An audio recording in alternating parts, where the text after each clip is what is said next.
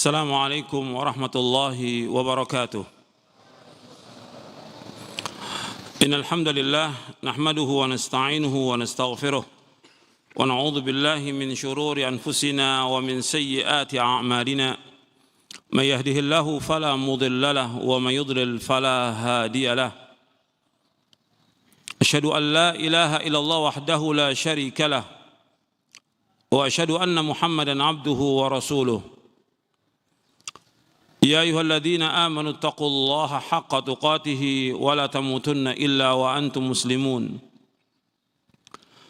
يا أيها الناس اتقوا ربكم الذي خلقكم من نفس واحدة وخلق منها زوجها وبث منهما رجالا كثيرا ونساء واتقوا الله الذي تساءلون به والأرحام إن الله كان عليكم رقيبا. يا أيها الذين آمنوا اتقوا الله وقولوا قولا سديدا يصلح لكم أعمالكم ويغفر لكم ذنوبكم ومن يطع الله ورسوله فقد فاز فوزا عظيما. أما بعد فإن أصدق الحديث كتاب الله وخير الهدي هدي محمد صلى الله عليه وعلى آله وسلم وشر الأمور محدثاتها وكل محدثة بدعة وكل بدعة ضلالة وكل ضلالة في النار. Ayolah ikhwah, azakumullah, kepada ikhwan dan akhwat yang dimuliakan oleh Allah Subhanahu wa taala. Alhamdulillah, kita bersyukur kepada Allah Subhanahu wa taala atas segala nikmat yang Allah karuniakan kepada kita. Nikmat Islam, nikmat iman, nikmat sehat, nikmat afiah, nikmat dijauhkan oleh Allah Subhanahu wa taala dari berbagai macam malapetaka. Nikmat diberikan hidayah di atas sunnah Nabi sallallahu alaihi wa ala alihi wasallam. Dan nikmat diberikan hidayah untuk selalu dan senantiasa menuntut ilmu syar'i. Kita bersyukur kepada Allah Subhanahu wa taala diberikan hidayah di atas sunnah. Dan ini harus terus kita mensyukuri nikmat diberikan hidayah di atas sunnah ini. Betapa banyak orang-orang yang tidak diberikan hidayah di atas sunnah. Dia menyimpang dari siratal mustaqim, sesat, dan bergabung dengan firqah-firqah yang sesat, bergabung dengan kelompok-kelompok yang sesat, dan sulit mereka untuk kembali kepada Allah kecuali apabila Allah memberikan hidayah kepada mereka. Makanya kita bersyukur kepada Allah SWT diberikan hidayah di atas sunnah. Ini nikmat yang paling besar yang wajib kita syukuri dari semua nikmat. Sebagaimana dikatakan oleh Imam Abul Aliyah rahimahullah, kata beliau, aku tidak tahu dari dua nikmat yang mana yang paling besar yang Allah karuniakan kepadaku. Yang pertama, Allah tunjuki aku di atas Islam, tadinya kafir masuk Islam. Kemudian yang kedua, Allah tunjuki aku di atas sunnah dan Allah tidak menjadikan aku termasuk pengikut Khawarij. Khawarij ini sesat yang ada pada zaman Ali bin Abi Thalib radhiyallahu an, yang menyerang dan memerangi Ali bin Abi Thalib radhiyallahu anhu ardah. Jadi ikhwan fiddin, azakumullah, kita bersyukur kepada Allah diberikan hidayah di atas sunnah, dan hidayah ini lebih mahal dari semua yang ada di muka bumi ini. Karena kita bersyukur diberikan hidayah dan kita berusaha bagaimana untuk tetap istiqamah di atas sunnah. Makanya kita juga bersyukur yang selanjutnya, yaitu Allah memberikan kepada kita hidayah untuk selalu dan senantiasa menuntut ilmu syar'i. Ini juga wajib kita syukuri. Karena kalau kita nggak nuntut ilmu, nggak belajar, maka kita nggak akan tahu tentang sunnah, nggak akan tahu tentang Islam. Maka kita wajib belajar ilmu syar'i ini, yang merupakan kewajiban setiap muslim dan muslimah, yang juga merupakan jalan menuju surga dan juga merupakan jihad fisabilillah. Karena menuntut ilmu termasuk jihad.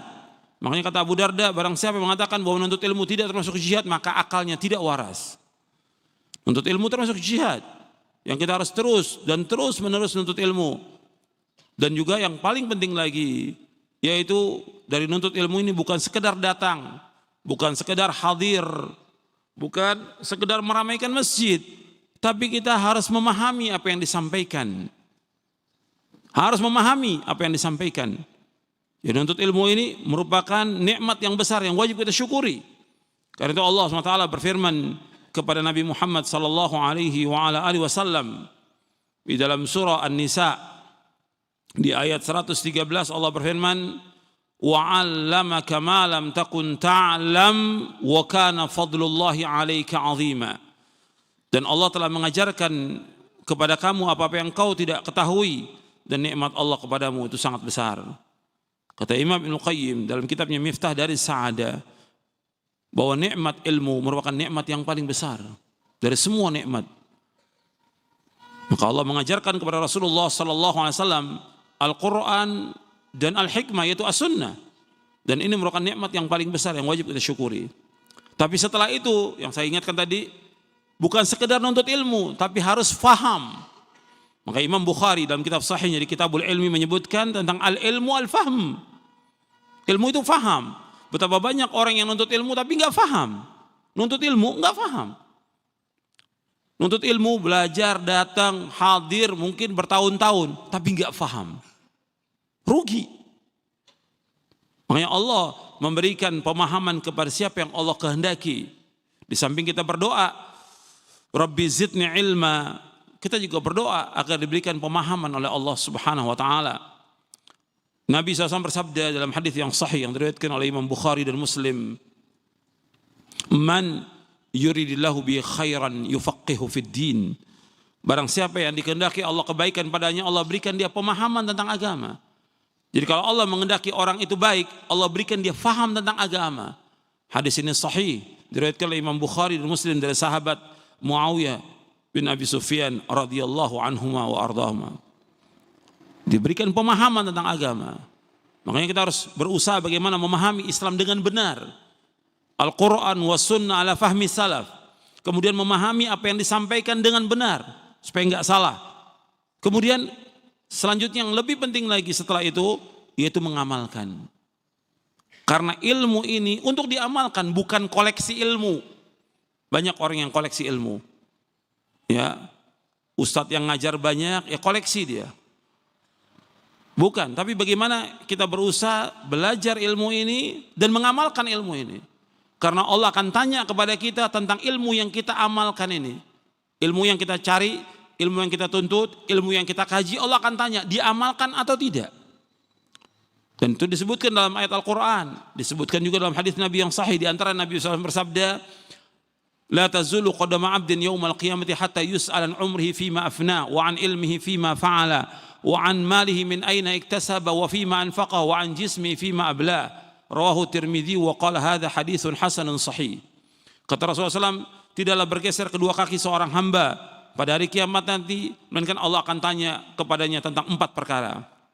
Yang pertama Allah akan tanya tentang ilmunya. Yang pertama Allah akan tanya tentang umurnya, dihabiskan buat apa umurnya. Yang kedua Allah akan tanya tentang ilmunya, diamalkan atau tidak ilmu itu. Yang ketiga Allah akan tanya tentang hartanya, dari mana dia peroleh harta itu dan kemana dihabiskan. Dari mana dia makan, dari halal atau haram. Dan kemana dihabiskan. Yang keempat Allah akan tanya kepada dia tentang capeknya, lelahnya, letihnya untuk apa? Untuk Islam, untuk sunnah, atau untuk foya-foya, atau untuk maksiat, atau untuk bid'ah, atau yang lainnya. Allah akan tanya capek dan lelah hatinya untuk apa? 4 pertanyaan. Dan hadis ini sahih, diriwayatkan oleh Imam Ad-Darimi dan juga Imam At-Tirmidzi. Kata Imam Tirmidzi, hadis ini hasan sahih dan disahihkan oleh Syekh Al-Albani rahimahullah dalam kitabnya Silsilah Hadits As-Sahihah. Begitu juga yang lain, para sahabat sering menganjurkan kita untuk beramal. Bagaimana kata Abdullah bin Mas'ud radhiyallahu an, ta'allamu fa idza 'alimtum fa'malu. Belajar kalian. Kalau sudah kalian belajar, amalkan. Ilmu ini untuk diamalkan. Kemudian yang terakhir sebagai mukadimah yang perlu saya ingatkan juga kepada antum sekalian, ikhwan fillah, azakumullah. Di antara amal, sekian banyak amal itu, yang perlu antum ingat, di antara juga berkaitan dengan masalah adab, masalah akhlak. Ini penting. Indahnya ilmu itu. Atau antum sebagai seorang penuntut ilmu, atau sebagai dai, kalau nggak punya adab, hilang nilainya ilmu itu. Nilai ilmu itu nggak ada sudah. Makanya indahnya Islam ini dengan akhlak yang mulia.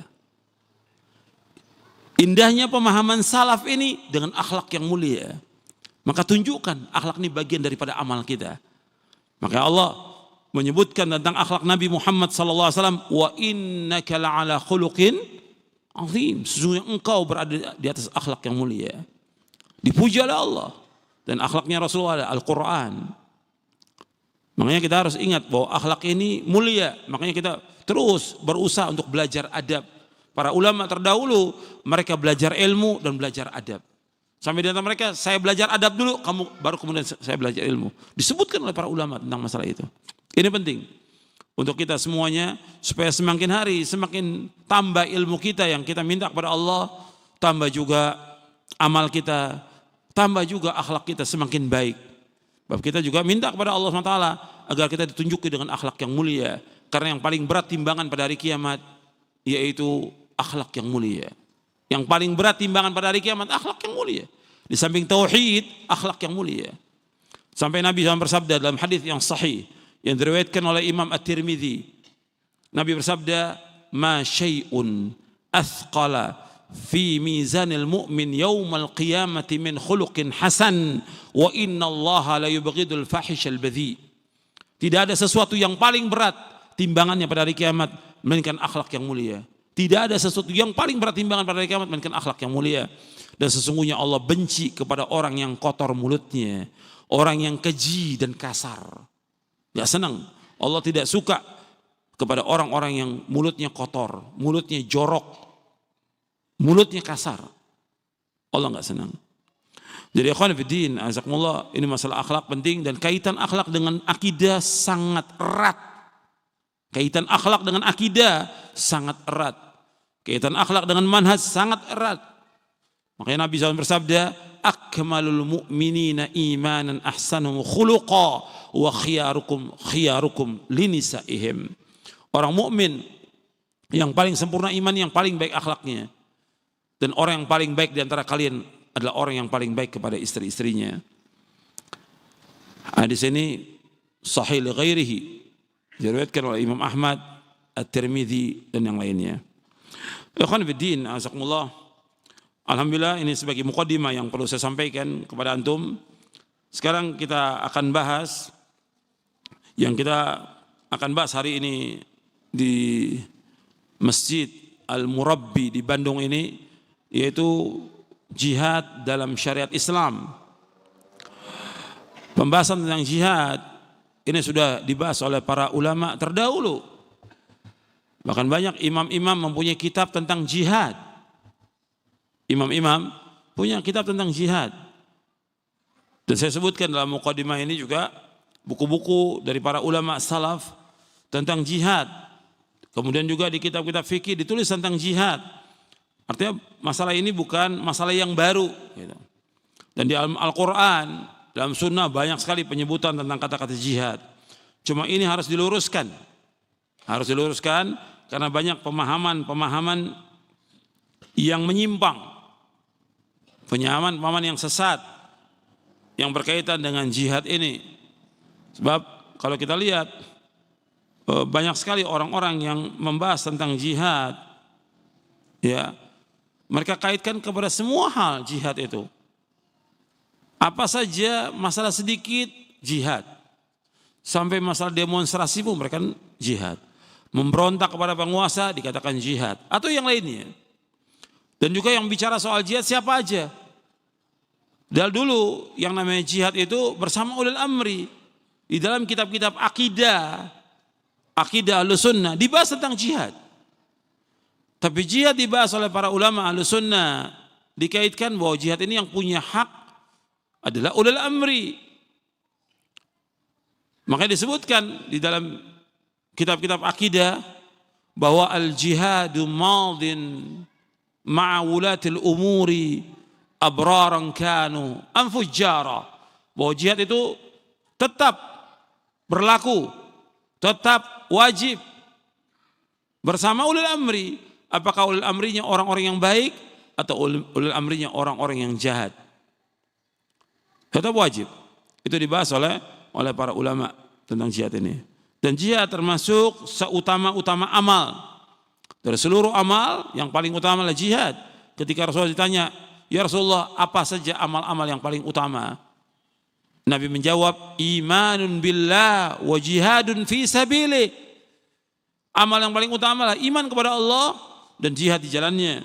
Dan hadis ini sahih diriwayatkan oleh Imam Bukhari dan Muslim. Ikhwan fillah, azakumullah. Di dalam hadis yang lain juga ketika Nabi ditanya tentang iman, Nabi ditanya tentang amal yang paling utama, Nabi menjawab yang pertama kali imanun billah wa rasulih. Kemudian thumma madza qala al-jihadu fisabilillah. Qila thumma madza qala hajjun mabrur. Nabi menyebutkan tiga. Ketika ditanya amal-amal yang paling utama, yang pertama Nabi sebutkan yaitu iman kepada Allah dan Rasulnya.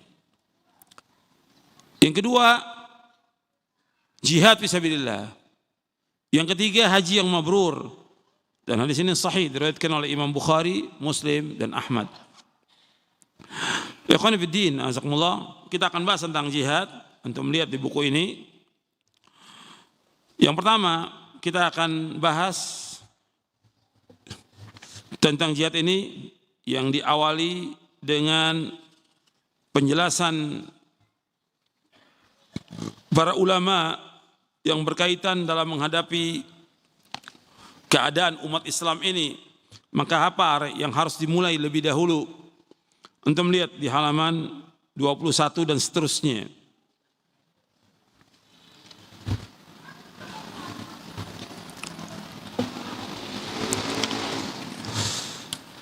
Jadi obat yang paling mujarab dan tepat bagi umat Islam ini adalah kembalinya mereka kepada agama Islam secara benar. Manhaj Ahlussunnah wal Jamaah dalam masalah jihad, tasfiyah dan tarbiyah adalah manhaj yang benar. Meskipun dalam pelaksanaannya memang membutuhkan waktu yang lama. Dan ini harus dilaksanakan dengan ilmu yang bermanfaat dan amal yang soleh serta penuh dengan kesabaran. Bab ilmu syar'i, amal soleh dan sabar. Ilmu, amal dan sabar. Allah menyebutkan dalam Al-Quran, وَجَعَلْنَا مِنْهُمْ أَئِمَّةً يَهْدُونَ بِأَمْرِنَا لَمَّا صَبَرُوا وَكَانُوا بِآيَاتِنَا يُوقِنُونَ. Dan kami jadikan di antara mereka pemimpin-pemimpin yang memberi petunjuk dengan perintah kami selama mereka sabar dan mereka meyakini ayat-ayat kami. Surah Sajdah ayat 24. Jadi Allah menjadikan kepemimpinan itu dengan sebab ilmu, yang kedua sabar. Yang pertama ilmu dulu, baru kemudian sabar. Jadi hatta jihad harus punya ilmunya. Nggak bisa sembarangan orang mau berjihad, harus dia punya ilmunya. Kemudian juga Al-Imam Ibnu Qayyim menjelaskan, antum lihat di halaman 22, penjelasan Imam Ibnu Qayyim, sesungguhnya sumber segala fitnah disebabkan mendahulukan akal atas syariat dan mendahulukan hawa nafsu atas akal. Yang pertama adalah pokok dari fitnah syubhat, dan yang kedua adalah pokok dari fitnah syahwat. Fitnah syubhat dapat ditolak dengan kesabaran. Oleh karena itu Allah Azza wa Jalla, Allah Subhanahu wa taala menjadikan kepemimpinan dalam agama terikat dengan dua perkara ini. Allah Taala berfirman, "Wa ja'alna minhum a'immatan yahduna bi amrina lamma sabaru wa kanu bi ayatina yuqinun." Dan kami jadikan di antara mereka pemimpin-pemimpin yang memberi petunjuk dengan perintah kami selama mereka sabar, mereka meyakini ayat-ayat kami. Kata Ibnu Qayyim, ayat ini menunjukkan bahwa dengan kesabaran dan keyakinan akan diperoleh kepemimpinan dalam agama. Allah Azza wa Jalla juga mengumpulkan kedua ini dalam firman-Nya, wa tawassaw bil haqq wa tawassaw bis sabr, serta saling menasihati untuk kebenaran dan saling menasihati untuk kesabaran. Menasihati dengan kebenaran dapat menolak syubhat, dan dengan kesabaran dapat menahan diri dari mengikuti syahwat. Dan Allah juga mengumpulkan dua hal ini dalam surah Shad di ayat 45. Allah berfirman, "Wadhkur ibadana Ibrahim wa Ishaq wa Yaqub ulil aidi wal absar." Allah berfirman dalam surah Shad ayat 45, "Wadhkur ibadana Ibrahim wa Ishaq wa Yaqub ulil aidi wal absar." Dan ingatlah hamba-hamba kami Ibrahim, Ishak, dan Yakub yang mempunyai kekuatan yang besar dan ilmu yang tinggi. Kekuatan yang besar dan ilmu yang tinggi. Disebutkan ilmu, kemudian baru setelah itu kekuatan untuk berjuang dan berjihad. Yang pertama ilmu. Kemudian Syekh Abdurrahman bin Nasir As-Sa'di rahimahullah dalam tafsirnya Taisir Karimur Rahman fi Tafsir Kalamil Mannan, beliau menyebutkan tentang ayat ini. Kata beliau, a'immata yahduna bi amrina, arti ayat di dalam surah As-Sajdah ayat 24. Kata Syekh Abdurrahman bin Nasir As-Sa'di, para ulama dengan syariat-syariat dan jalan-jalan hidayah, itu a'immata yahduna bi amrina, pemimpin yang memberi petunjuk dengan petunjuk kami. Yang dimaksud pemimpin itu adalah para ulama dengan syariat-syariatnya dan jalan-jalan hidayah. Mereka memperoleh hidayah dalam diri mereka dan memberi petunjuk kepada orang lain dengan hidayah itu. Maka kitab Al-Quran yang diturunkan kepada mereka adalah sebagai petunjuk. Dan dalam ayat ini orang-orang mukmin dibagi menjadi dua. Yang pertama, pemimpin yang memberi petunjuk dengan perintah Allah. Dan yang kedua, para pengikut yang memperoleh petunjuk dari mereka, para pemimpin yang memberi petunjuk tersebut. Adapun yang pertama, ini yang paling tinggi. Kedudukannya tinggi. Setelah kedudukan kenabian dan kerasulan, disebut juga dengan as-siddiqin. Mereka mendapatkan kedudukan para ulama ini selama mereka sabar. Mereka mendapatkan kedudukan ini selama mereka sabar dalam belajar dan dalam mengajar, dalam berdakwah di jalan Allah, sabar atas gangguan dalam berdakwah, dan mereka menjaga diri mereka dari jatuhnya ke dalam perbuatan maksiat dan nafsu syahwat. Dan firman Allah, wa kanu bi ayatina yuqinun, mereka meyakini ayat-ayat kami, yaitu mereka mengimani ayat-ayat Allah sampai yakin, dan hal itu adalah suatu ilmu yang sempurna yang wajib untuk diamalkan. Mereka mencapai derajat yakin karena mereka belajar dengan pembelajaran yang benar. Mereka mengambil permasalahan-permasalahan dari dalil-dalil yang menghasilkan makna yakin. Mereka senantiasa mempelajari permasalahan-permasalahan itu dan berdalil atasnya dengan dalil yang banyak sampai mereka mencapai derajat yakin itu. Maka dengan sabar dan yakin, kepemimpinan agama akan didapatkan. Jadi ikhwan fillah, azakumullah, para ulama semuanya ketika berbicara soal masalah jihad, pertama kali mereka awali dengan apa? Dengan ilmu lebih dahulu. Kemudian dengan amal. Kemudian sabar. Yang nanti juga kita akan bahas. Artinya tidak langsung semata-mata jihad. Nabi sendiri kalau antum lihat fase-fase Nabi dalam jihad, dan ada di buku ini juga, bahwa Nabi SAW ketika di Mekah berapa tahun Nabi? Di Mekah berapa tahun? Atau saya tanya yang ngantuk kali ini. Di Mekah Nabi berdakwah berapa tahun? 13 tahun Nabi berdakwah. Setelah itu Nabi hijrah ke Madinah. Setelah 2 tahun hijrah ke Madinah baru diwajibkan jihad. Berarti kalau dikumpulkan berapa tahun? 15 tahun. Nabi sabar 15 tahun. Setelah itu baru diwajibkan jihad.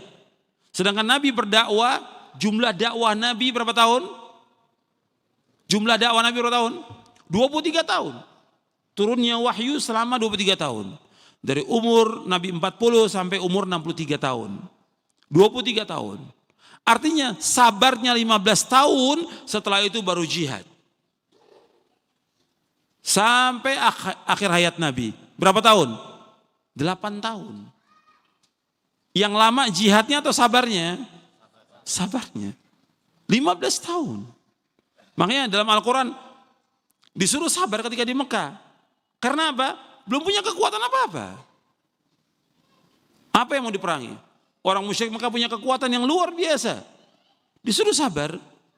Sampai ketika Nabi SAW melihat Ammar bin Yasir disiksa, Sumayyah disiksa, kemudian Yasir disiksa sampai mati. Dan Nabi tahu, bukan Nabi tidak tahu. Nabi gak berbuat apa-apa. Karena apa? Kondisi apa? Kondisi lemah, gak punya kekuatan. Nggak punya apa-apa Nabi. Disiksa para sahabat seperti Bilal. Kemudian yang lain lagi banyak sekali sahabat-sahabat yang disiksa. Nabi nggak punya kekuatan. Bahkan sebagian diusir dan hijrah waktu itu ke Habasyah. Nabi ketika melihat Ammar bin Yasir, Sumayyah, nggak langsung ambil pedang bunuh yang ya rusak dakwah dan berhenti dakwah pada saat itu. Kalau Nabi bertindak pada saat itu berhenti dakwah ini. Nabi melihat masa yang panjang akan datang dan kita belum punya kekuatan. Hanya Nabi mengatakan kepada Yasir, kepada Sumayyah dan juga kepada Ammar, sabran ala Yasir fa inna mau'idakumul jannah. Sabarlah wahai keluarga Yasir, janji kamu lah surga. Janji kamu surga, pasti sudah masuk surga. Jaminan dari Rasulullah SAW. Sabar. Meninggal Sumayyah syahidah. Meninggal Yasir syahid. Belum lagi sahabat yang lain. Sabar. Ketika Bilal disiksa, Abu Bakar merdekakan Bilal. Dengan uangnya, dengan hartanya. Tapi sabar. Abu Bakar punya kabilah juga. Yang bisa menyerang mereka, tapi nggak bisa. Kabilah yang terbesar mereka lah. Dalam kondisi syirik kepada Allah. Sedikit yang beriman. Paling 1-2 yang beriman. Jadi bukan berarti wah kita nih ke orang beriman, kita ini di atas kebenaran, kita harus lawan. Kondisi harus lihat. Tetap melihat kondisi Rasulullah SAW. Melihat kepada kondisi. Kuat atau lemah. Kalau lemah kondisi kita, disuruh kita sabar. Tapi bukan sabar berarti kita nggak berbuat. Dengan tetap kita nuntut ilmu, mengamalkan ilmu ini, mendoakan teman-teman saudara kita, tetap jalan. Nggak boleh kita berhenti. Jadi ikhwan fiddin, azakumullah, kita harus melihat bagaimana Allah Subhanahu wa taala menyuruh Nabi kita Muhammad sallallahu alaihi wasallam untuk sabar. Dan melihat waqi yang ada. Ini waqi. Dan ulama itu adalah orang yang faham tentang fiqhul waqi. Para ulama orang yang faham tentang fiqhul waqi. Nabi faham waqi yang ada. Nabi lihat kau ini diserang, dibunuh, rusak dakwah ini. Berhenti. Sampai juga dalam tahapan syariat pun demikian juga. Dalam tahapan syariat sama. Ketika di Mekah belum ada dilarangnya khamr. Belum ada. Sampai kata Aisyah radhiyallahu anha, seperti yang disebutkan dalam Sahih Bukhari, kalau seandainya pertama kali yang Nabi dakwahkan kepada orang-orang musyrik Mekah, jangan kalian minum khamr, mereka akan terus minum khamr dan akan enggak dengar dakwah ini. Kapan diharamkan khamr itu? Kapan? Setelah di Madinah. Setelah di Madinah baru diharamkan khamr. Artinya dakwah ini perlu kepada tahapan. Sebagaimana yang Allah firmankan kepada Rasulullah dan juga yang diterapkan dan dipraktikkan oleh Rasulullah sallallahu alaihi wasallam. Contoh kita Rasulullah. Contoh kita Rasulullah. Laqad kana lakum fi Rasulillah uswatun hasanah liman kana yarjullaha wal yawmal akhir wa dzakarallaha katsira. Dalam surah Al-Ahzab ayat 21. Sungguh telah ada bagi diri kalian, sungguh telah ada bagi kalian pada Rasulullah contoh teladan yang baik. Contoh kita Rasulullah SAW. Bukan mengikuti yang lain. Sekarang kita bahas tentang bab kedua, tentang definisi jihad. Apa yang dimaksud dengan jihad? Bab selama ini orang kalau sudah dikatakan jihad, artinya apa? Perang. Jihad menurut syariat. Ya. Jadi jihad, jahada al-jahdu, al-juhdu, al-taqa, al-masyaqqa, al-wus'u. Yang berarti kekuatan, usaha, susah payah, dan kemampuan. Asal lafaz jihad diambil dari kata jahada. Menurut Raghib Al-Asfahani rahimahullah yang wafat tahun 425 Hijriah, bahwa al-jahdu berarti kesulitan dan al-juhdu berarti kemampuan. Adapun lafaz jihad diambil dari kata-kata jahada, yujahidu, mujahadatan, wa jihadan. Itu menurut istilah yang dikatakan al-jihad, yaitu muharabatul kuffar wa huwa al-mughalabatu wastifragu ma fil wus'i wa taqa min qaulin aw fi'lin. Yang dikatakan jihad adalah memerangi orang kafir, yaitu berusaha dengan sungguh-sungguh mencurahkan kekuatan dan kemampuan baik berupa perkataan maupun perbuatan. Ini disebutkan oleh Ibnu Al-Athir di dalam kitabnya An-Nihayah fi Gharibil Hadits. Jadi jihad itu memerangi orang kafir, berusaha dengan sungguh-sungguh mencurahkan kekuatan dan kemampuan baik berupa perkataan atau perbuatan. Dikatakan juga jihad itu al-jihadu wal mujahadatu istifragul wus'i fi mudafa'atil adu. Jihad artinya mencurahkan segala kemampuan untuk memerangi musuh. Kemudian dibagi oleh para ulama jihad menjadi 3 macam. Jihad melawan musuh yang nyata. Yang kedua jihad melawan hawa nafsu. Jihad melawan setan yang kedua. Yang ketiga jihad melawan hawa nafsu. Jadi yang pertama jihad melawan musuh yang nyata. Yang kedua jihad melawan setan.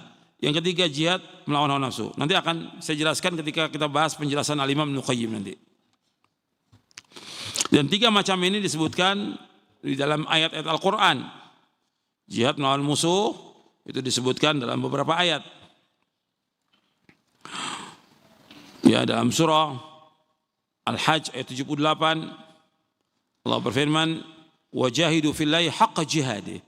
Hendaklah kalian berjihad di jalan Allah dengan jihad yang sebenar-benarnya. Begitu juga di dalam surah At-Taubah ayat 41, kemudian juga dalam surah Al-Anfal ayat 72. Kemudian disebutkan juga dalam hadis Nabi SAW, Nabi bersabda sallallahu alaihi wasallam, "Jahidul musyrikina bi amwalikum wa anfusikum wa alsinatikum."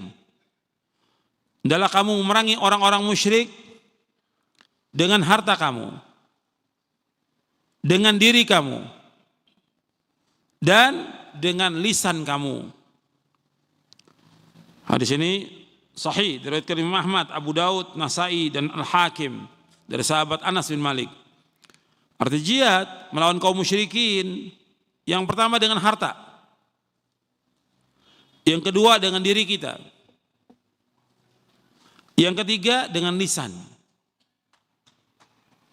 Jadi bukan hanya dengan badan aja, bukan dengan senjata aja, tapi pertama dengan harta, yang kedua dengan diri, yang ketiga dengan lisan. Hadis ini sahih dari Imam Ahmad, Abu Daud, Nasai dan Hakim.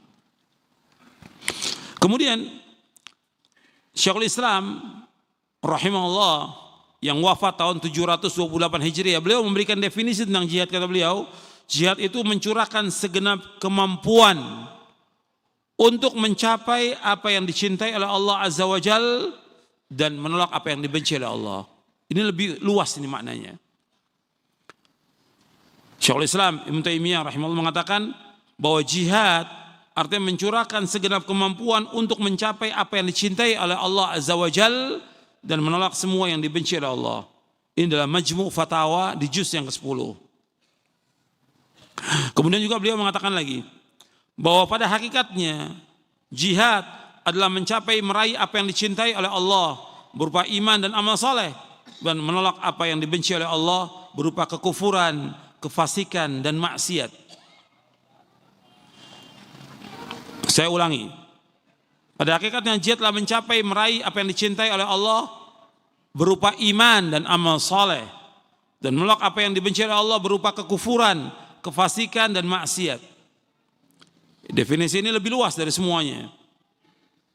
Jadi beliau menyebutkan bahwa jihad itu seluruhnya apa-apa yang dicintai oleh Allah dan menjauhkan apa yang dibenci oleh Allah Subhanahu wa taala.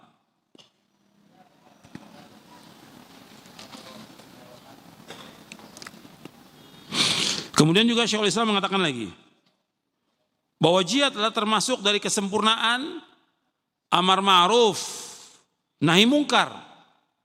Dan hal ini sudah diketahui, dan sungguhnya amar ma'ruf nahi mungkar disempurnakan dengan jihad yang merupakan sebesar-besar ma'ruf yang kita diperintahkan dengannya. Ini jihad namanya.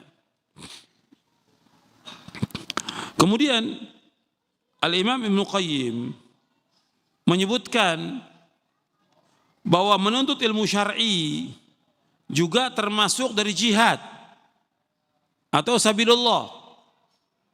Menuntut ilmu syar'i itu termasuk jihad atau sabilullah. Beliau menjelaskan di dalam kitabnya Miftah dari Sa'adah, kata beliau, sungguhnya dijadikan menuntut ilmu syar'i termasuk sabilullah karena dengan menuntut ilmu syar'i akan tegak agama Islam sebagaimana tegaknya agama dengan jihad. Sesungguhnya tegaknya agama Islam dengan ilmu dan jihad. Oleh karena itu jihad ada dua macam. Pertama, jihad dengan tangan dan tombak, dan ini dapat dilakukan oleh banyak orang. Yang kedua, jihad dengan hujjah, dalil dan bayan, keterangan atau penjelasan. Jihad ini hanya khusus dari orang-orang yang mengikuti jejak para rasul alaihi wassalatu wassalam, dan inilah jihadnya para imam. Dan jihad ini lebih utama dari yang pertama karena banyak manfaatnya. Saya ulangi, tolong antum perhatikan ya. Ibnu Qayyim menyebutkan jihad itu ada dua. Tolong perhatikan. Jihad ada dua. Yang pertama, jihad dengan apa? Dengan tangan dan tombak, dengan senjata, arti perang. Yang kedua, jihad dengan hujjah dan bayan, artinya jihad dengan ilmu. Jihad ini, yang kedua ini, kalau jihad yang pertama dengan tangan, dengan tombak, semua orang bisa. Jihad dengan tangan, dengan tombak, dengan pistol, dengan segala macam bentuk senjata yang paling mutakhir, semua orang bisa. Ya, semua orang bisa. Orang awam sekalipun bisa, penjahat sekalipun bisa. Yang kedua, jihad dengan hujjah wal bayan, jihad dengan ilmu. Yang ini sedikit, dan ini hanya ada pada orang-orang yang mengikuti jejaknya para nabi dan para rasul alaihi wassalatu wassalam. Sedikit. Kemudian kata Ibnu Qayyim rahimahullah, kata beliau bahwa jihad ini, yang kedua ini lebih utama daripada yang pertama. Jihad apa yang lebih utama di sini? Kata Ibnu Qayyim. Jihad dengan apa? Dengan hujjah, dengan ilmu, dengan keterangan, dengan penjelasan, dengan dalil. Itu lebih utama. Sekarang ada orang kafir umpamanya. Ya, orang kafir depan kita. Orang kafir depan kita. Ada dua. Ima dia dibunuh, dia memerangi kaum muslimin. Yang kedua, ima diajak, didakwakan sampai dia masuk Islam. Yang lebih utama yang mana? Yang kedua, masuk Islam. Dan ini yang diajak Rasulullah. Rasulullah ketika menyuruh pasukannya untuk berperang, Nabi menyuruh mereka pertama kali apa? Ajak mereka, ud'uhum ilal Islam. Ajak mereka masuk ke dalam Islam, bukan langsung diperangi. Ajak mereka masuk ke dalam Islam dulu pertama kali. Ketika mereka nggak mau, ditawarkan. Tawarkan, kamu mau perang atau mau bayar pajak? Kalau mereka nggak mau, baru yang ketiga diperangi. Jadi ada tahapannya. Yang pertama kali diajak dulu untuk masuk ke dalam Islam. Makanya ini yang utama. Allah berfirman dalam Al-Quran, dalam surah Al-Furqan, di ayat 51, ayat 52 Allah berfirman, walau syi'na laba'athna fi kulli quryatin nadhira fala tuti'il kafirina wajahidhum bihi jihadan kabira. Allah berfirman, walau syi'na laba'athna fi kulli qaryatin nadhira, dan sekiranya kami mengendaki untuk kami utus seorang memberi peringatan pada setiap negeri. Fala tuti'il kafirina wajahidhum bihi jihadan kabira, dan janganlah kamu mentaati orang-orang kafir, jangan taat kepada orang kafir, dan perangi mereka dengannya. Bihi, seluruh mufassir menafsirkan bihi ay bil Quran, Para mufassirin menafsirkan bihi bil Quran. Dan kamu jihad kepada orang-orang kafir bihi bil Quran. Jihad dan kabir dengan jihad yang besar. Artinya Allah SWT menyuruh Nabi Muhammad SAW dan para sahabatnya untuk memerangi orang kafir pertama dengan apa? Dengan apa? Quran. Dengan Quran maksudnya apa? Maksudnya apa? Dengan hujjah, dengan bayan, jelaskan kepada mereka Al-Quran kepada mereka agar mereka masuk ke dalam Islam. Jelaskan Quran kepada mereka. Dan itu yang didakwakan oleh Nabi SAW. Terus menerus jelaskan Al-Quran siang dan malam. Jelaskan mereka. Bukan langsung orang dipukul, bukan diperangi atau dibunuh. Semua orang bisa, anak kecil juga bisa. Kasih pisau suruh bunuh bisa. Tukang becak juga bisa. Semua orang bisa. Tapi jihad ini dengan hujjah wal bayan. Jelaskan kepada mereka. Sampai mereka faham tentang agama ini. Itu yang diperintahkan oleh Allah. Wajahidhum bihi jihadan kabira. Dan perangilah mereka dengan Al-Quran, dengan perang yang besar. Jihad dengan Al-Quran sebesar-besar jihad. Dan ini juga termasuk jihad melawan orang-orang munafik. Karena orang munafik tidak memerangi kaum muslimin. Bahkan mereka secara zahir bersama kaum muslimin. Dan terkadang ikut memerangi musuh. Orang munafik, Allah dalam Al-Quran menyuruh jihad. Yang pertama melawan siapa? Jihad melawan siapa dalam Al-Quran? Kok nggak dijawab? Ya ma'syarul muslimin. Allah dalam Al-Quran pertama kali menyuruh umat Islam berjihad melawan siapa? Kaum kafirin. Yang kedua, munafikin. Di Madinah ada orang munafik atau tidak? Ada. Sekarang Nabi bunuh nggak orang-orang munafik? Nabi bunuh tidak orang munafik? Tidak. Berarti perangnya dengan apa? Dengan hujjah wal bayan pada mereka. Antum baca ayatnya dalam surah At-Taubah ayat 73 dan juga dalam surah At-Tahrim Allah berfirman, ya ayuhan nabiyyu jahidil munafiq ya ayuhan nabiyyu jahidil kuffara wal munafiqina waghluz alaihim wa ma'wahum jahannam wa bi'sal masir. Ya ayuhan nabiyyu jahidil kuffara wal munafiqina waghluz alaihim wa ma'wahum jahannam wa bi'sal masir. Wahai Nabi, perangilah orang-orang kafir dan orang-orang munafik. Kita lihat kalimatnya sama. Jahidil kuffar wal munafik, jihad melawan orang kafir dan orang-orang munafik, dan berlaku keraslah, bersikap keraslah kepada mereka. Tempat mereka wa ma'hum jahannam, tempat mereka neraka jahannam, wa bi'sal masir, dan sajar ke tempat kembali. Jihad melawan orang kafir ya dengan tombak. Jihad. Tapi dengan munafik, jihad juga. Tapi dengan hujjah wal bayan. Jadi dijelaskan di sini bahwa jihad memerangi orang-orang kafir. Begitu juga jihad melawan orang munafik dengan hujjah. Maka disebutkan oleh para ulama secara umum bahwa jihad itu mencakup berjuang dengan sungguh-sungguh untuk mencapai apa yang dicintai oleh Allah. Dari iman dan amal saleh, dan menolak apa yang dibenci oleh Allah dari kekufuran, kefasikan dan maksiat. Kemudian juga dijelaskan bahwa Syekhul Islam juga menyebutkan bahwa tidak kalah pentingnya juga jihad melawan hawa nafsu yang nanti akan dijelaskan. Kemudian bab yang ketiga, ikhwan fiddin, jihad ini merupakan seutama-utama amal. Jihad merupakan seutama-utama amal. Dari seluruh amal, jihad ini yang paling utama.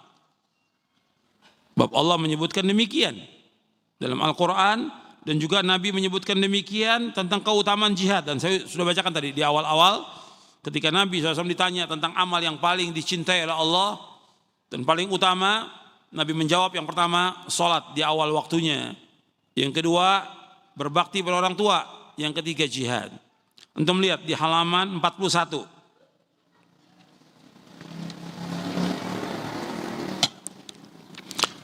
Di 41 Allah berfirman dalam surah Shaf ayat 10 dan 11.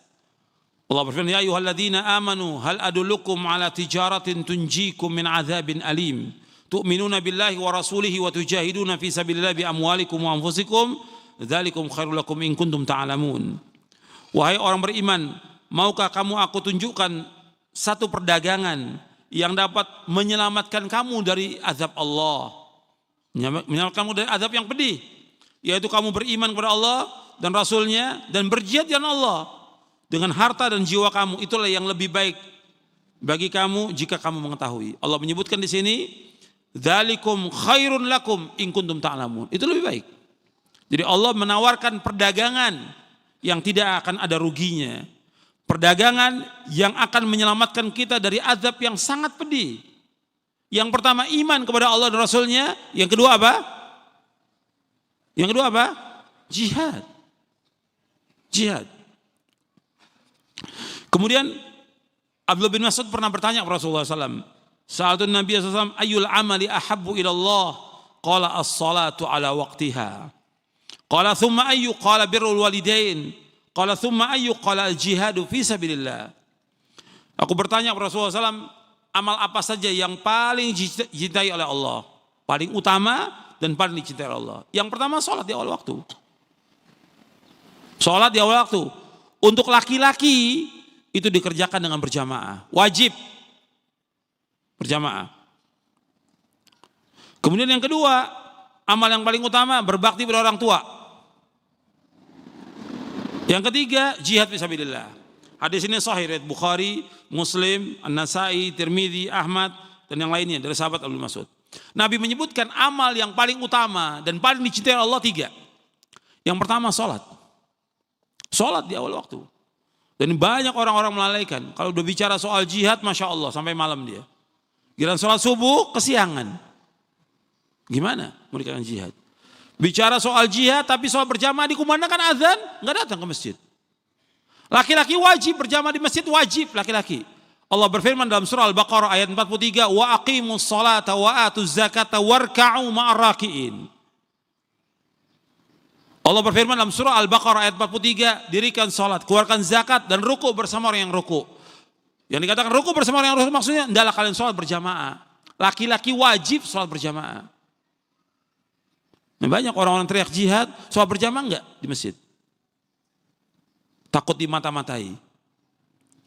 Wajib salat berjamaah, syiar Islam yang paling besar. Salat berjamaah di masjid. Salat yang agama. Dan salat rukun Islam yang kedua. Dan jihad tidak termasuk rukun Islam. Perhatikan ini. Jihad amal yang utama, tapi tidak termasuk rukun Islam. Sempat ditanyakan kepada Abdullah bin Umar ketika Ibnu Umar menyebutkan tentang bunyal Islamu ala khamsin, dibangun Islam di atas 5 perkara. Hadis ini sahih Bukhari dan Muslim dari sahabat Abdullah bin Umar. Ditanya oleh seorang, jihad mana? Jihad. Ini 5 disebutkan, ditanya jihad. Demikian kami mendengar Rasulullah. 5 perkara bangunan Islam ini. Yang pertama syahadat, yang kedua salat, yang ketiga puasa, yang keempat zakat, yang kelima haji. Ditanya, jihad mana? Kami mendengar demikian dari Rasulullah. Nggak boleh kami tambah. Jihad nggak termasuk rukun Islam. Dan ini dipekerjakan terus seperti salat. Sedangkan ini fardu ain. 5 ini fardu ain. Jihad nanti kita akan bicara jihad. Hukumnya fardu kifayah. Makanya ini dahulukan sholat dulu. Yang pertama, berjamaah. Yang kedua, setelah itu apa? Berbakti pada orang tua. Makanya ketika ada seorang yang datang ke Rasulullah, ya Rasulullah, saya izin untuk jihad. Kata Nabi, ahayyun walidak. Bapak ibu kamu masih hidup atau tidak? Masih. Fafihi mafajahid. Kata Rasulullah, hendaklah kamu berjihad. Untuk apa? Untuk berbakti kepada keduanya.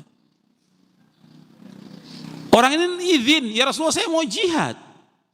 Memerangi musuh-musuh Islam. Kata Nabi, Nabi lihat kondisi orang ini. Dan Nabi tahu tentang para sahabatnya. Nabi tahu tentang para sahabatnya. Radhiyallahu ajma'in. Nabi SAW tahu tentang sahabatnya. Kata Nabi SAW, orang tua kamu masih hidup apa tidak? Masih ya Rasulullah. Fafihi mafajahid. Adalah kamu berjihad dengan berbuat baik kepada orang tuamu. Enggak diizinkan oleh Nabi perang.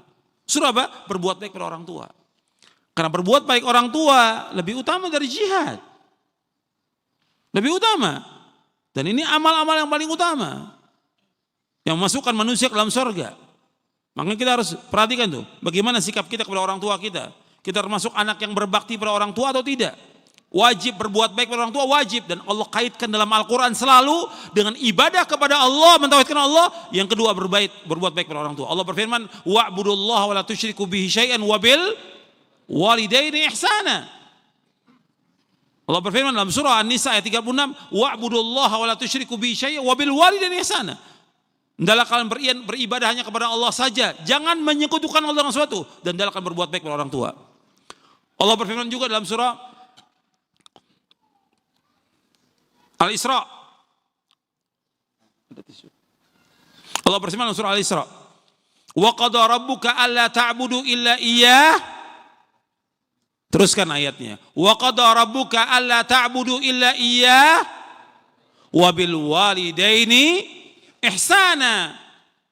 Dan Allah telah mewajibkan enggak boleh kalian beribadah melainkan hanya kepada Allah saja, mentauhidkan Allah. Kemudian hendaklah kalian berbuat baik kepada kedua orang tua.